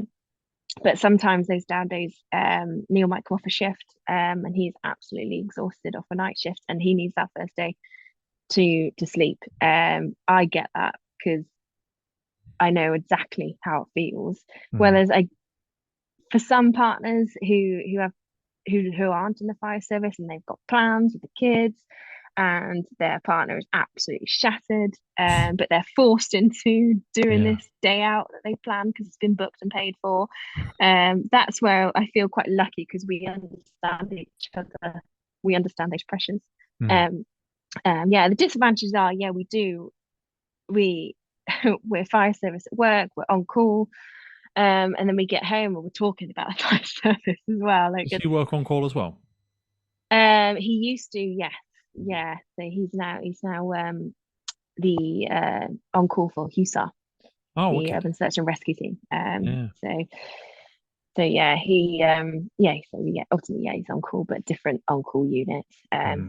Does he get like 90 minutes to respond or something like that when the alert goes off as well? Because they do get ages. It's not the same as on call as some people perhaps think of it. The USAR is most services is very rarely on call is called upon. It's usually if they've got a really complex shoring job or something like that, or there's been an issue regionally, and they need to go somewhere else, like if there's been an explosion or there's been a collapsed building or something like that.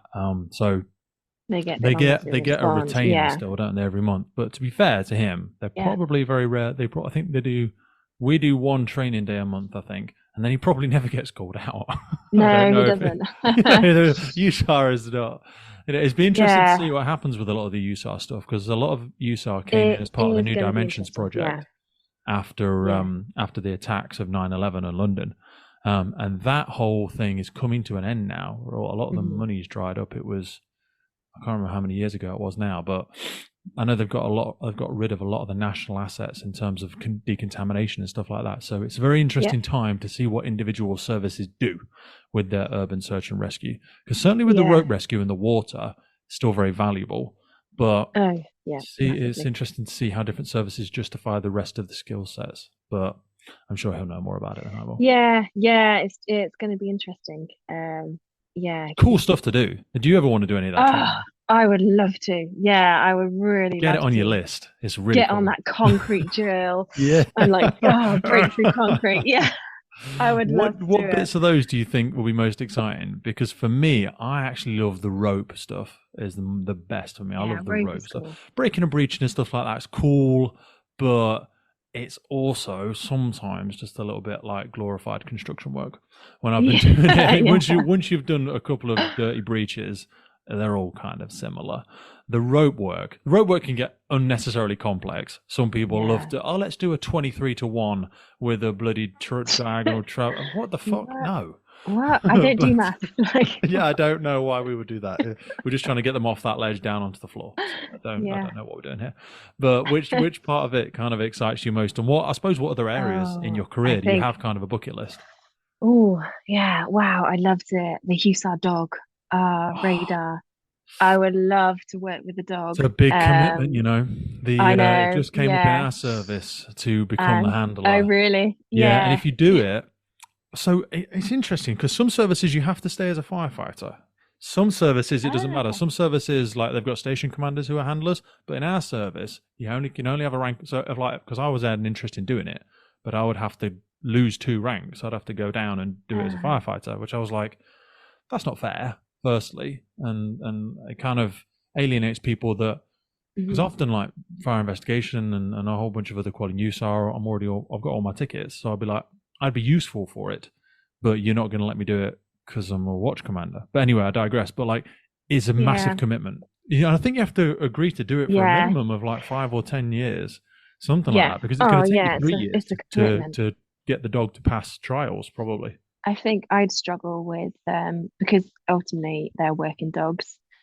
I would really struggle. Like, what? He's not allowed to sleep with me in my bed? Like... that's it. My wife didn't like that. I was like, so if we did it, he would sleep in a kennel outside. Yeah, I'd struggle with that. Wouldn't come in the lounge and cuddle at night necessarily. Yeah, because that's not what he's there for. Yeah, he's a tool. He's a resource. He's not ours either. He's an asset to the service. Yeah, it would be a very cool job. But yeah, I think I'd struggle not turning it into a pet.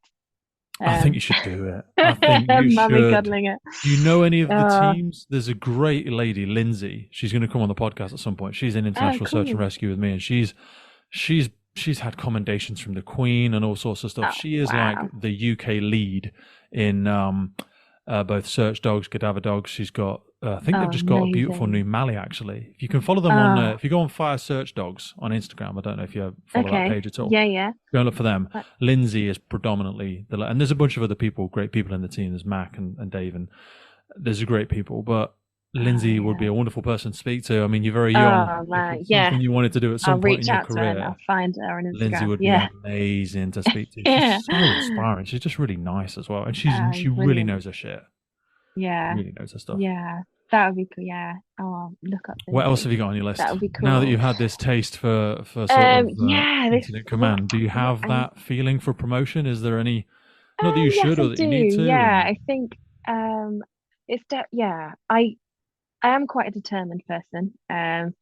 So I can get bored quite quickly. So some of the days on shift where it's quite a slow day, I get quite irritable where I just need something to do. Can't just take, Sunday afternoons, we're having a quiet day, we're going to sit around, drink tea, and I'm like, no, I'm at work, I need to work. It really irritates my partner. Does that echo back though to when we spoke about people staying in watches for a number of years, and there's an aspect of loyalty to watches and things like that, whereas because when you start speaking like that, it feels like me, because I can't really stay anywhere for longer than like 2 years. I just get itchy feet. I'm bored now. I've done it. I want to go and do something else. That doesn't mean get promoted. It just means like I'll move into a different department and I'll go and do something else. And I struggle with that sometimes because I do in one way, I envy some people that have stayed on watches for many years and they're super close and they're Yeah, and super tight stayed very happy. Yeah. and the team is so effective and efficient and they've had the same watch commander for 15 years and it works very well. But also part of me is like, oh, I could think of nothing worse. I want, there's so many things to do. And it's kind of like the torture of doing this as well. I speak to so many amazing Yeah. people where I'm like, oh Ooh, God, I'd that love sounds to cool. do that. I'd love to come and I'll go and do Yeah. that for a bit, or I'll go and do some work at the college, or I'll. So yeah, there's just Yeah. people forget how many opportunities there Yeah. are out there. Oh God, there is in the fire service. There really is. Hmm. Yeah, I've always been like that. I've always grown up. I was like, I wanted to dance, I wanted to sing, I wanted to play cricket, I wanted to do hockey, I wanted to do football, I wanted to do everything. My poor parents were running around taxing me left, right, and centre because I wanted to do everything. So yeah, I'm a bit like that. But in the fire service, I quite like to see going forward. For my rural area, it's more work with the ambulance service. Yes. So we're next door. We border a service who do respond to those category one calls. And I've got two friends that have needed that category one call. So one friend, he lost his father and he was doing CPR on his own father one night. And I knew that we were 2 minutes away. His house is 2 minutes away from the fire station where we have a defibrillator, but he Yeah. waited 25 minutes for the ambulance to turn up.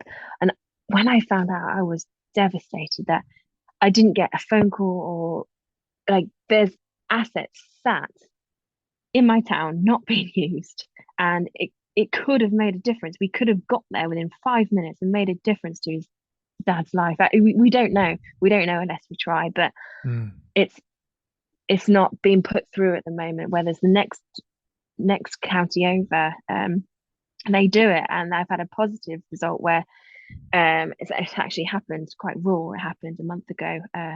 My friend's wife had a stroke, and um, he was being talked through doing CPR on his own wife over the phone, and the first people who responded were two firefighters in a truck from the fire station 10 minutes away, so he's just across the border.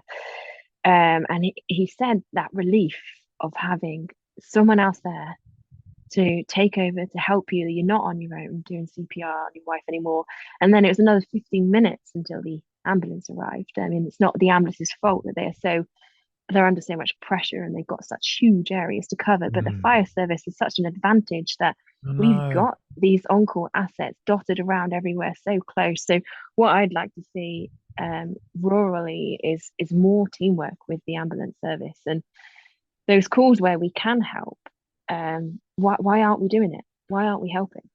I need to, and I'm going to make a note about it because I keep having ideas about this and I keep talking about it with so many people, but I've seen those trials. You know, I've been part of those co-responding trials, and I would love to have that and like American model style thing where certain people on the I'm all watch for can that. get upskilled all the way up to a paramedic if they want to, even if it takes them 3 or 4 years to qualify in that respect.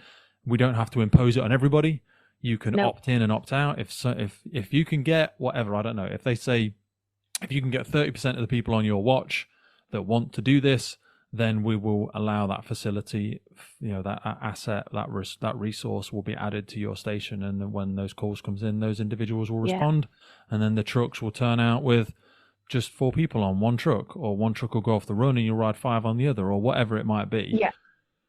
And I know services that have done it, and some services still do it. So I need to, and I'll make a note about it, I need to have more conversations. I need to have more conversations, with the union, because we need to have the union on the podcast. Absolutely. It needs to be executed. They got wrapped up with all the pay stuff at the minute. So we had to cancel the last podcast. But I want to get them on for that. And I want to ask them where they see the future skill sets. Because we know, you know, the last 15 years, diminishing calls, blah, blah, blah, blah, blah. But I always say it on the podcast, ad nauseum, and people will be bored of hearing it. But it's like, there's like a buffet of the services that we could be doing for our communities. We are in a position at the minute where I feel like it's our choice. We can choose, or surely we have a say in which jobs do we want to do.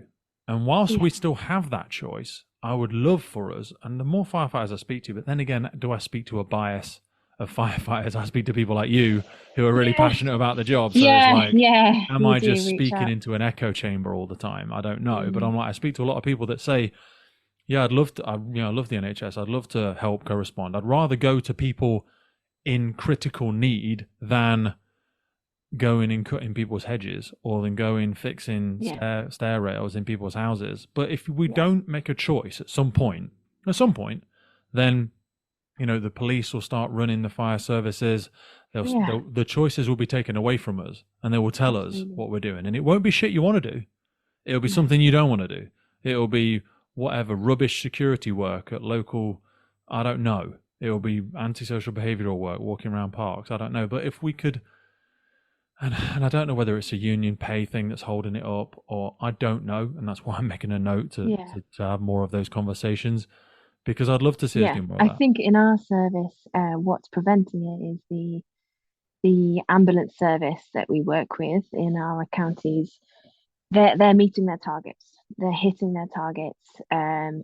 It doesn't matter that they miss the odd one out here in the rural community. Yeah, on average, they're Doesn't make a getting there in difference less to their than 10 minutes stats. or whatever So it is. Yeah. yeah, so why make the change if it doesn't affect their stats?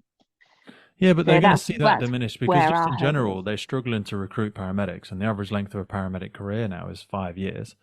God, So, yeah, the poor paramedics, they get battered, yeah, absolutely battered. literally, they are Yeah. non-stop. My brother-in-law's paramedic, and I've done a number of Oh, ride-alongs with him. And oh, brilliant. yeah, it's literally from the start in the morning to the end of the shift. It's go, go, go, go, go. They have a late Hmm. lunch every day. Sometimes they don't get their lunch. No. Um, and it's not even like we go to loads more, even though we go to a lot less incidents, we attend more trauma than they do. Yeah. Because, it's not all the big sexy jobs or someone's tried to commit suicide or someone's fallen off a bridge. It's Janice has got blood Yeah. in her poo and you've got to go Yeah. and sit in the lounge with her and talk about it, which is Yeah. important work. And like It is. they're you talk about development in the paramedics, and it's just they've got so many directions that they can take. Like Mhm. he's doing a new qualification every freaking month, and they get a pay increment every time he does a qualification. Like now he can prescribe at the incident, so he can diagnose, and he's not special. I'm sure lots of people do it, but yeah, to lighten the load of GPs and stuff like that. So you don't want everybody cramming into the local GP. If I can come to you, I can see that you've got a problem. I can write a prescription for you there and then, even though you've Mm. responded via a 999 call and stuff like that. I don't know the NHS is massive compared to us, but Oh yeah. and sometimes that might be the problem. Like we struggle to engage with them and we struggle to make local arrangements because they're such a behemoth. I don't know, and Yeah. that's why I need to Local find out. arrangements is key. Yeah, Mm. I think it's very specific to where you are. I don't think it will be valued so much in my whole time role. The ambulance will probably be there quicker than we get there Mm. because there's an ambulance station next door to us. But at home, it's a very different story. You're waiting. We had an RTC just outside my house, and we waited an hour for the ambulance to turn up, a Mm. whole hour. It was we had people stopping, looking at us, watching us do our job, and we we need to upskill. Like if that is needed in my area, then let's do it. Like we were made water responders because we're right next to a river. Mm. So What and level it is went that to? Is that a mod one, mod two? What is it? just water first responders. So So is that we're water awareness? wading, yeah, Also wading up wading. to So wading's yeah, module two. Yeah. yeah, Okay. yeah. So we because we common road floods and still get those idiots who still think they can drive through the flood. And so the most we're wading through to get them out of their cars. Yeah. Um, If you ever get but a chance to do that mod was only three, offered. Swift Water Rescue is really Oh cool. yeah, That's cool. I'm yeah, sure your partner's probably done it. It's cool. yeah. I'd be keen, but Has he got loads of bags of shit in the garage, his dry suits and all oh that? yeah, There's fucking yes, so much my kit. garage is full of kit. All the gear and no idea. There's lots and lots of Yeah. stuff. It sounds like you know him. Yeah. But yeah, we were given, so our station was given that water asset Yeah. um, because of what's around us. Now, why can't that be done like I offering agree. us I extra agree. skills to deal with patients and casualties and get a bit more clued up um in the same manner, because not every station's water first responder at the No, moment. no, you're right. Yeah, Um and they've done it with certain rope assets around us as well. Like yeah, yeah, only certain trucks exactly. now have rope rescue versus work positioning. Some have rope rescue, and then Mhm. there's rope access and different transitions between it. But you're right. It would make a lot more sense. Same as like inner city stations have high rise bags. So they have certain Yeah, bags for, yeah. you haven't got any high rise on your patch, then you haven't. But if you've got water on your patch, or if there's, not local ambulance stations, then is there an argument to upskill? Well, there is an argument, Mhm. most definitely. And I feel like the Yeah, data's there is. there. But maybe it's because all the data sits within the NHS and we work in silos. Yeah, It's perhaps. becoming very Yeah. clear. I need to speak to somebody about this. I'm going to go and hunt Yeah. people down on LinkedIn or Google and try and find someone to speak to. Yeah. So, talk to me about any surprises or anything that you didn't realize about the job before you came in. Yeah. So, the BBC documentary was they captured a great night shift where we responded to jobs anything other than what you'd imagine we actually do. So we went to it was 3 in the morning and we got called to flooding and electrics. So we were like, oh, okay, this is unusual, like hoping that with the BBC film crew with us, we'll get some sort of raging house fire Yeah, yeah, where we get to really show off what we do. But no, we get yeah. elderly couple flooding in electrics. We turned up and they'd had a plumber there earlier that day, and something had gone wrong, and they had water pissing out into the old boy's bedroom. Oh, And bless this them. old boy, bless him, suffered with severe dementia. So the wife couldn't get him out of the room, and Oh, it was fucking hell. flooded. The carpet was absolutely drenched. It was coming through the ceiling down below, so through all the light Oh fittings. God, when you So see she was old people like that, panicking. it's It was the horrible, middle isn't of the it? night. Yeah. So we went there, and fortunately we managed to encourage the old boy to move and to get him out of that bedroom. We don't know whether the water damage was that severe that the bed was going to come through the ceiling. So Hmm. we managed to get him out. It took some talking and convincing. Yeah, it was Managed to good to isolate the have leak. my yeah, and then we isolated the leak. Yeah. That's it, isn't So it? Isolate the leak, yeah, I switch off the didn't electrics, realize pump it out if you can, joining the but if fire not, service, you need to also be a plumber and you need to also be an electrician. Some of the times, like, oh, can you go and isolate the electrics? And I'm like, that's a massive thing now. Like when you were yeah, saying on certain stations I don't where get trained to do you this, haven't but got, you haven't got a worldly crew, or you haven't got a crew that are in their late 20s or 30s or yeah. 40s, and everyone's in their early 20s. They Mhm. didn't learn to fix their own car, so they don't know No, anything about cars. They've never worked on a building site. They've never even worked in a pub or anything like that where they've yeah, had to get, and it's just like, go and have a look where the fuse box is. And they're like, the what? The yeah. fuse box. The box. And they're What? like, so is that like what, in like a cupboard, or is it like where they keep the fuse? No, the fuse board. Yeah, The fuse board. The RCBs, the fuse board, where all the electrics come in. Right. Is there a sign for that? yeah. Or, and I'm like, it's That's in the same fucking place in most properties. It's going to be yeah, on the inside, just inside the door, left or right, under the stairs, maybe. And they're like, but yeah, again, it sounds harsh, but it's like, that's where I think we need to think a little bit differently. And maybe this is something I want to ask you actually. Like, yeah. what are some of the things that you think? I know that's an obvious one, but are there anything you think we don't cover in training now? Because Oh we yeah. operated in the conditioning of like, well, we think people know the general these things, and we'll teach them fire service specific stuff. But there's so much stuff actually that we can't assume people know these days. Yeah. Oh, 100%. Don't get me wrong, we still need to put the wet stuff on the hot stuff. Yeah, we're good at that though. Yeah, we're good at that. We We know know how how to to do that train. bit Yeah. most of the time. One thing that's caught me out is the changes of hybrid cars, electric cars, Mm. and you turn up to a crash and you're like, oh shit, this is an What is electric this? car, Yeah. right? Yeah. Oh, yeah. How are we isolating this so it's not you're having to research and you're having to use your MDT and you're having to like look things up and what are the dangers of this car, and that's not what we're trained in. Like electric car and fire, what a nightmare. trying to put that out. What we need to figure out how We're to attack very that. behind the curve on that. Very behind, There's yeah. a few things happening, and we've got Steve North from IRRTC. He's going to come back on the podcast and speak to us about the new extrication methods and about the new Brilliant. extinguishing methods and stuff that they're using with electric vehicles. But yeah, we've been so far behind the manufacturing process. We used to work, from my limited knowledge, historically quite closely with manufacturers, and we'd get an understanding for the layouts of vehicles. But also vehicles didn't change much over the case of 20 years. Now, over the past 10 years, they've changed tremendously. As technology collides with the mechanical world, there is innovations happening at such a pace that we are not keeping up to speed with it.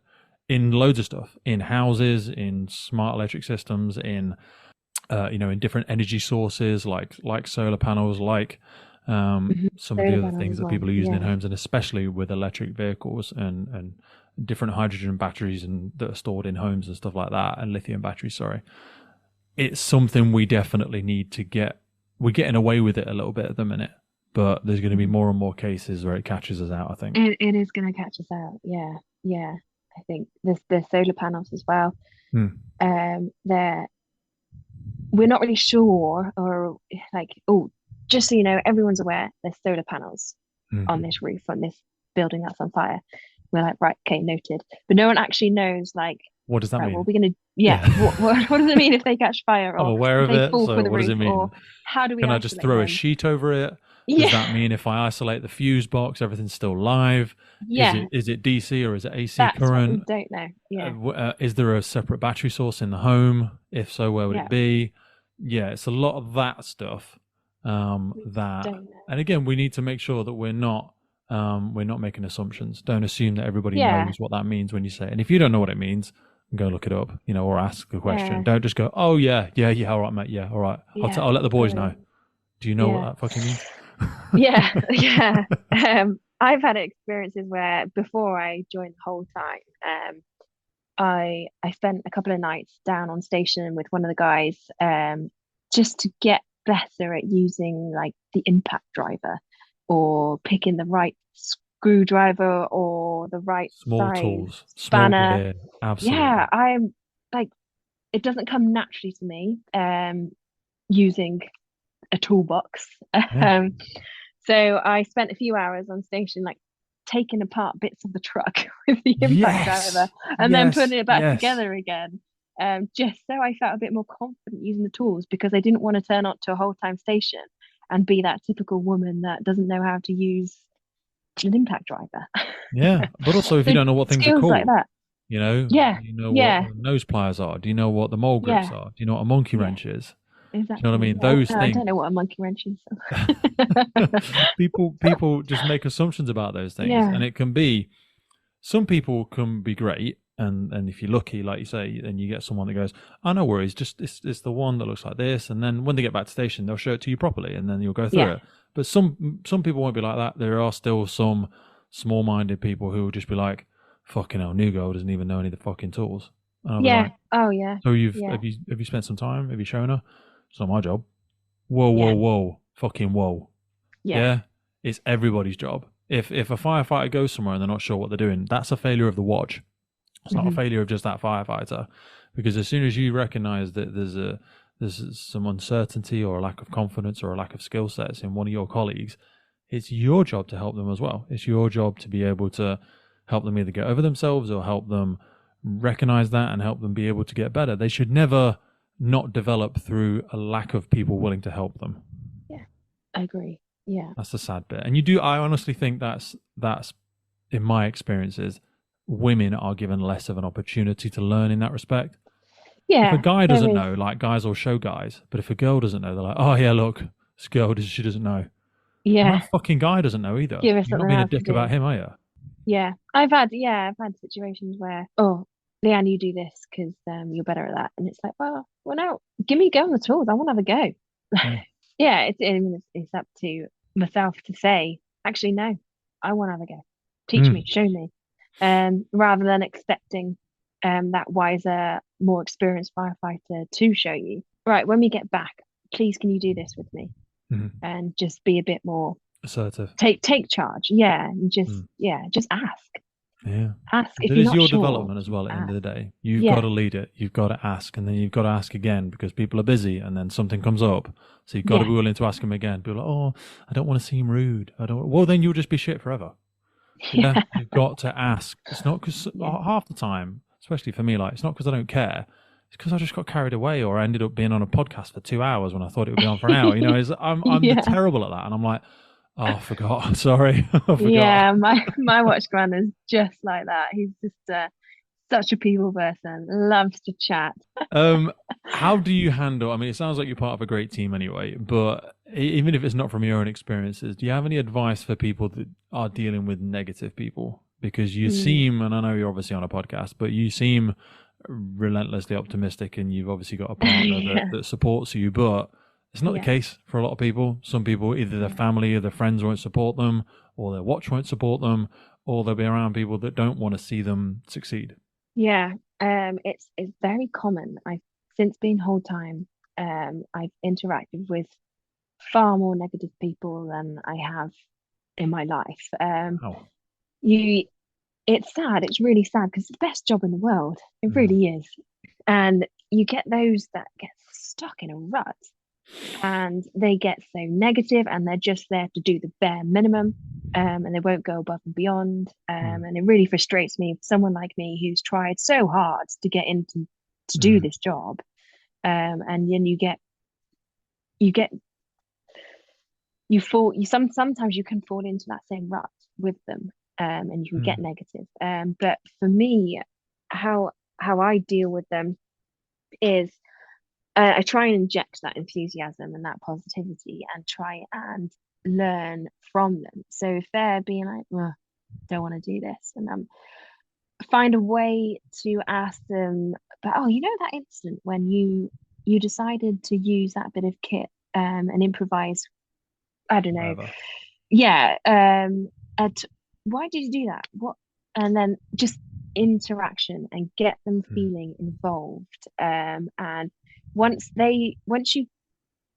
you trigger that, oh, actually she's really interested to know about this, and she actually finds me interesting. Um, their own you favorite get subject is often themselves as well. If you can just yeah, stroke that ego a little bit yeah, and help yeah, them it is. realize they've got value to add and that you want to learn from them, that's enough to Yeah, get some of them moving. yeah, just keeping them included. Just don't give in to their mindsets. Always go to work with that positive attitude. I usually drive to work, listen to the podcast, You get liar. myself You listen in. I sometimes. no, I Listen do. to other podcasts because there's a lot more interesting shit there. I Have a bit of a do. blend. I have beat in my ear, gearing me up for work. I'm Yeah. like, oh, yeah, I'm up for today. Today's gonna be a good day. And just keep hold of that positivity and don't give in to that, to their mindset and their way of thinking. Yeah. Because it's not working for them. Do you know what I mean? When you ask them, Yeah. which is, oh, this is shit and that shit. What have you tried to do something about it? How do you see this developing if you don't do anything about it? What do you think is going to happen if you don't take action? And they're like, I'm just gonna leave it how it is. It's not my job or something like that. And you think, how is it working out for you so far? And they're not happy. Do you know what I mean? As Mm. I find some people are Yeah. so desperate to fit in with people that don't like their own life. And I Yeah. think, why are you trying to fit in with that group? Because people would probably say that you or I are not the common, normal, stereotypical people that they'll find on certain fire stations, maybe. But be very conscious about what group are you trying to fit in with, because you do want to be part of a team. But when you start to inject your own perspective, your own thoughts, your own mindset into that team, you become part of that culture. So are Yeah. you going to bring the water level up a little bit, or are you going to bring it down? Yeah. And it's not saying you can change everybody, and nor should we try, but personalities or opinions or optimism, for want of a better description, is contagious. Do you Yeah. want people Yeah. to catch your attitude? Do you know what I mean? And I always say, and I try and get my missus to kind of hold me accountable as well. I'm like, I've got it on the mirror when I get up. People think, oh, what a wanker.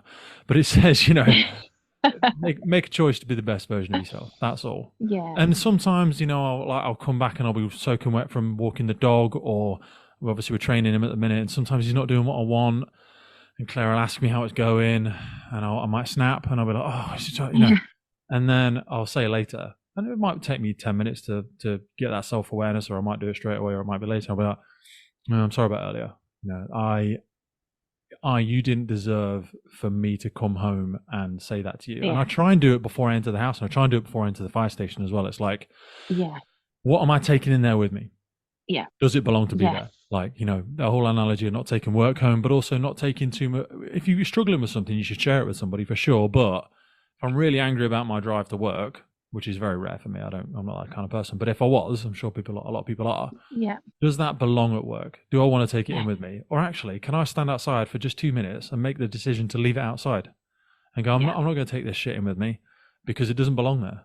And later on, when I come back out and I get back in my car, if I want to get really angry again, then I can do. But chances are, when I come out later, I will have forgotten all about it. But it certainly doesn't belong in there in the same way that your past experiences or the thing that's going on outside of work with your own business or whatever it might be, it's entirely up to you how you choose to allow that to affect the rest of your environment. Yeah.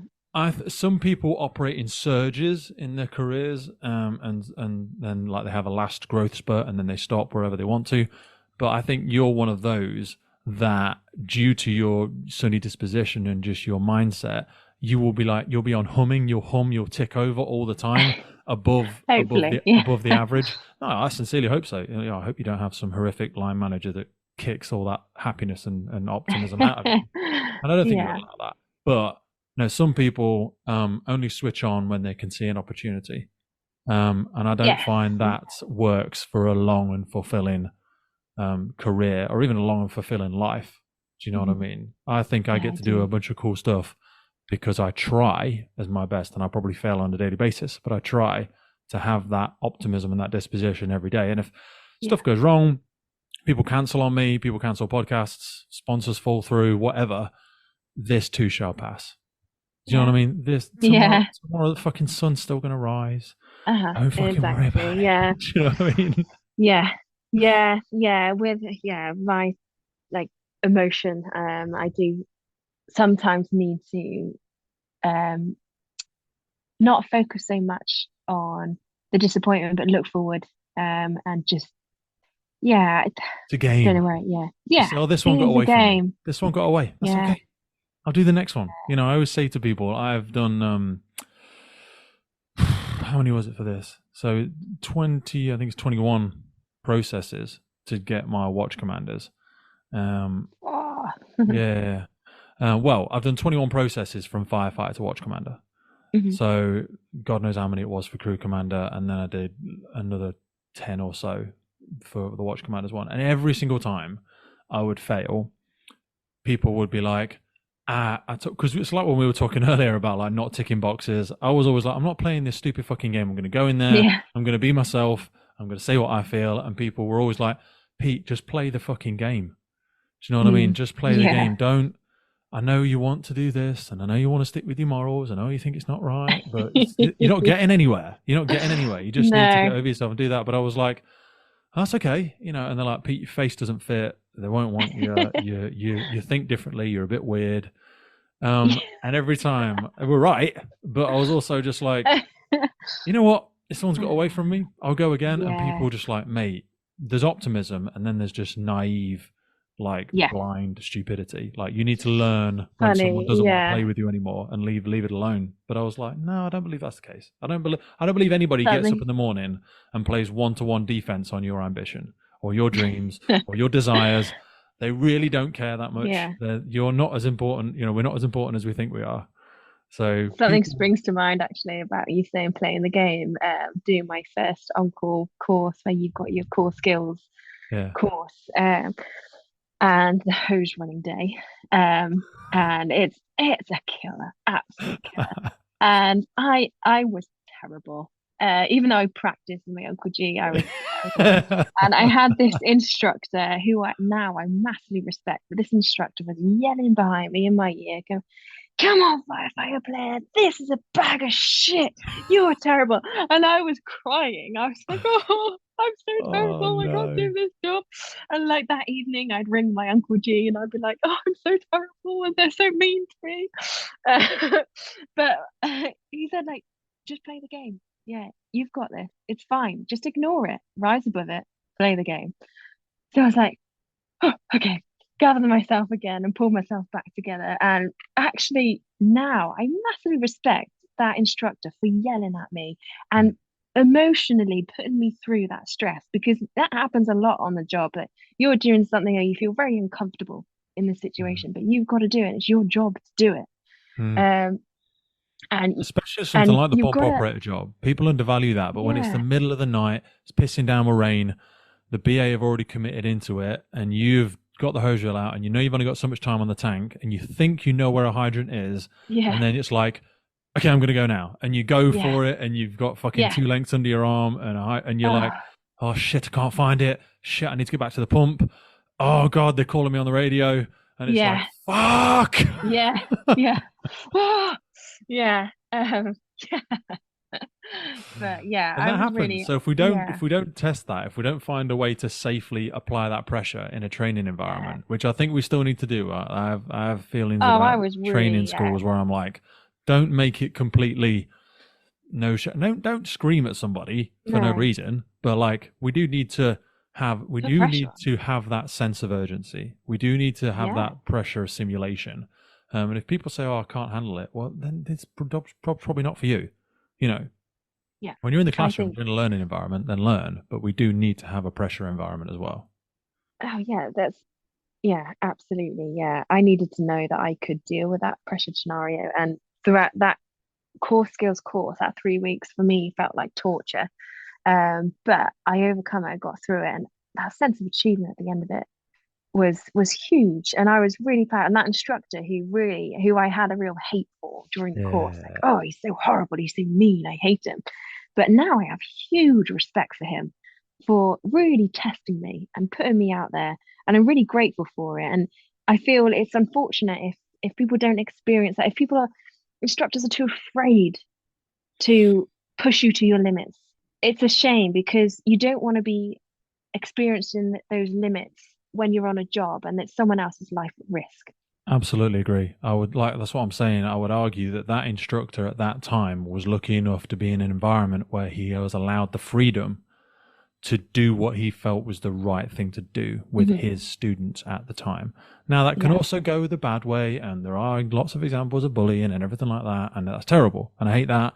But I don't really think that exists anymore, but I am scared that the pendulum swings too far the other way, whereby we do a disservice to the watches by giving them a recruit who has never been placed in a pressured environment, and then they've got a one person off sick and they've got maximum leave, and that person is there as BA number Mm-hmm. two. There's no one else looking after them, and they are Mm-hmm. there, and something goes wrong, Yeah. or they are called upon. They need to go up there by themselves, or they need to go around the back of the job and do something, and they've never been in that environment before, and that's where I feel like we're setting them up to fail. People worry Yeah. about setting people up to fail in training, and it's almost like they push it back sometimes. They don't apply enough pressure, they don't have a high enough standard, and they push that failure back to when they're actually in their operational career and they realize, oh, Mm. fucking hell, it wasn't like this in training. I don't think I can do it. Mm. Well, it's too fucking late now. On the Yeah. fucking truck. Yeah. We're going to the Yeah. job. Mm-hmm. Especially if you've got a Yeah. new incident commander sat in the front as well, and they're Yeah. like, Jesus Christ, I've got two probationers that Yeah. aren't sure what they're doing. And my driver's looking at me like, oh, so I'm fucking doing everything, am Yeah. I? Yeah. That's the Oh way it is. God. Like, just the two of us then, me owed. Yeah. And there are a lot of incredible probationers out there, but all I'm saying is Yeah, there are. Yeah. need to keep that battle rhythm there for people that are training. As we sort of wrap it up, I wanted to ask you what advice you kind of have, because you've clearly gone from you've kind of done the whole spectrum. You've done the on-call, you've done the whole time. You now moved into a command position.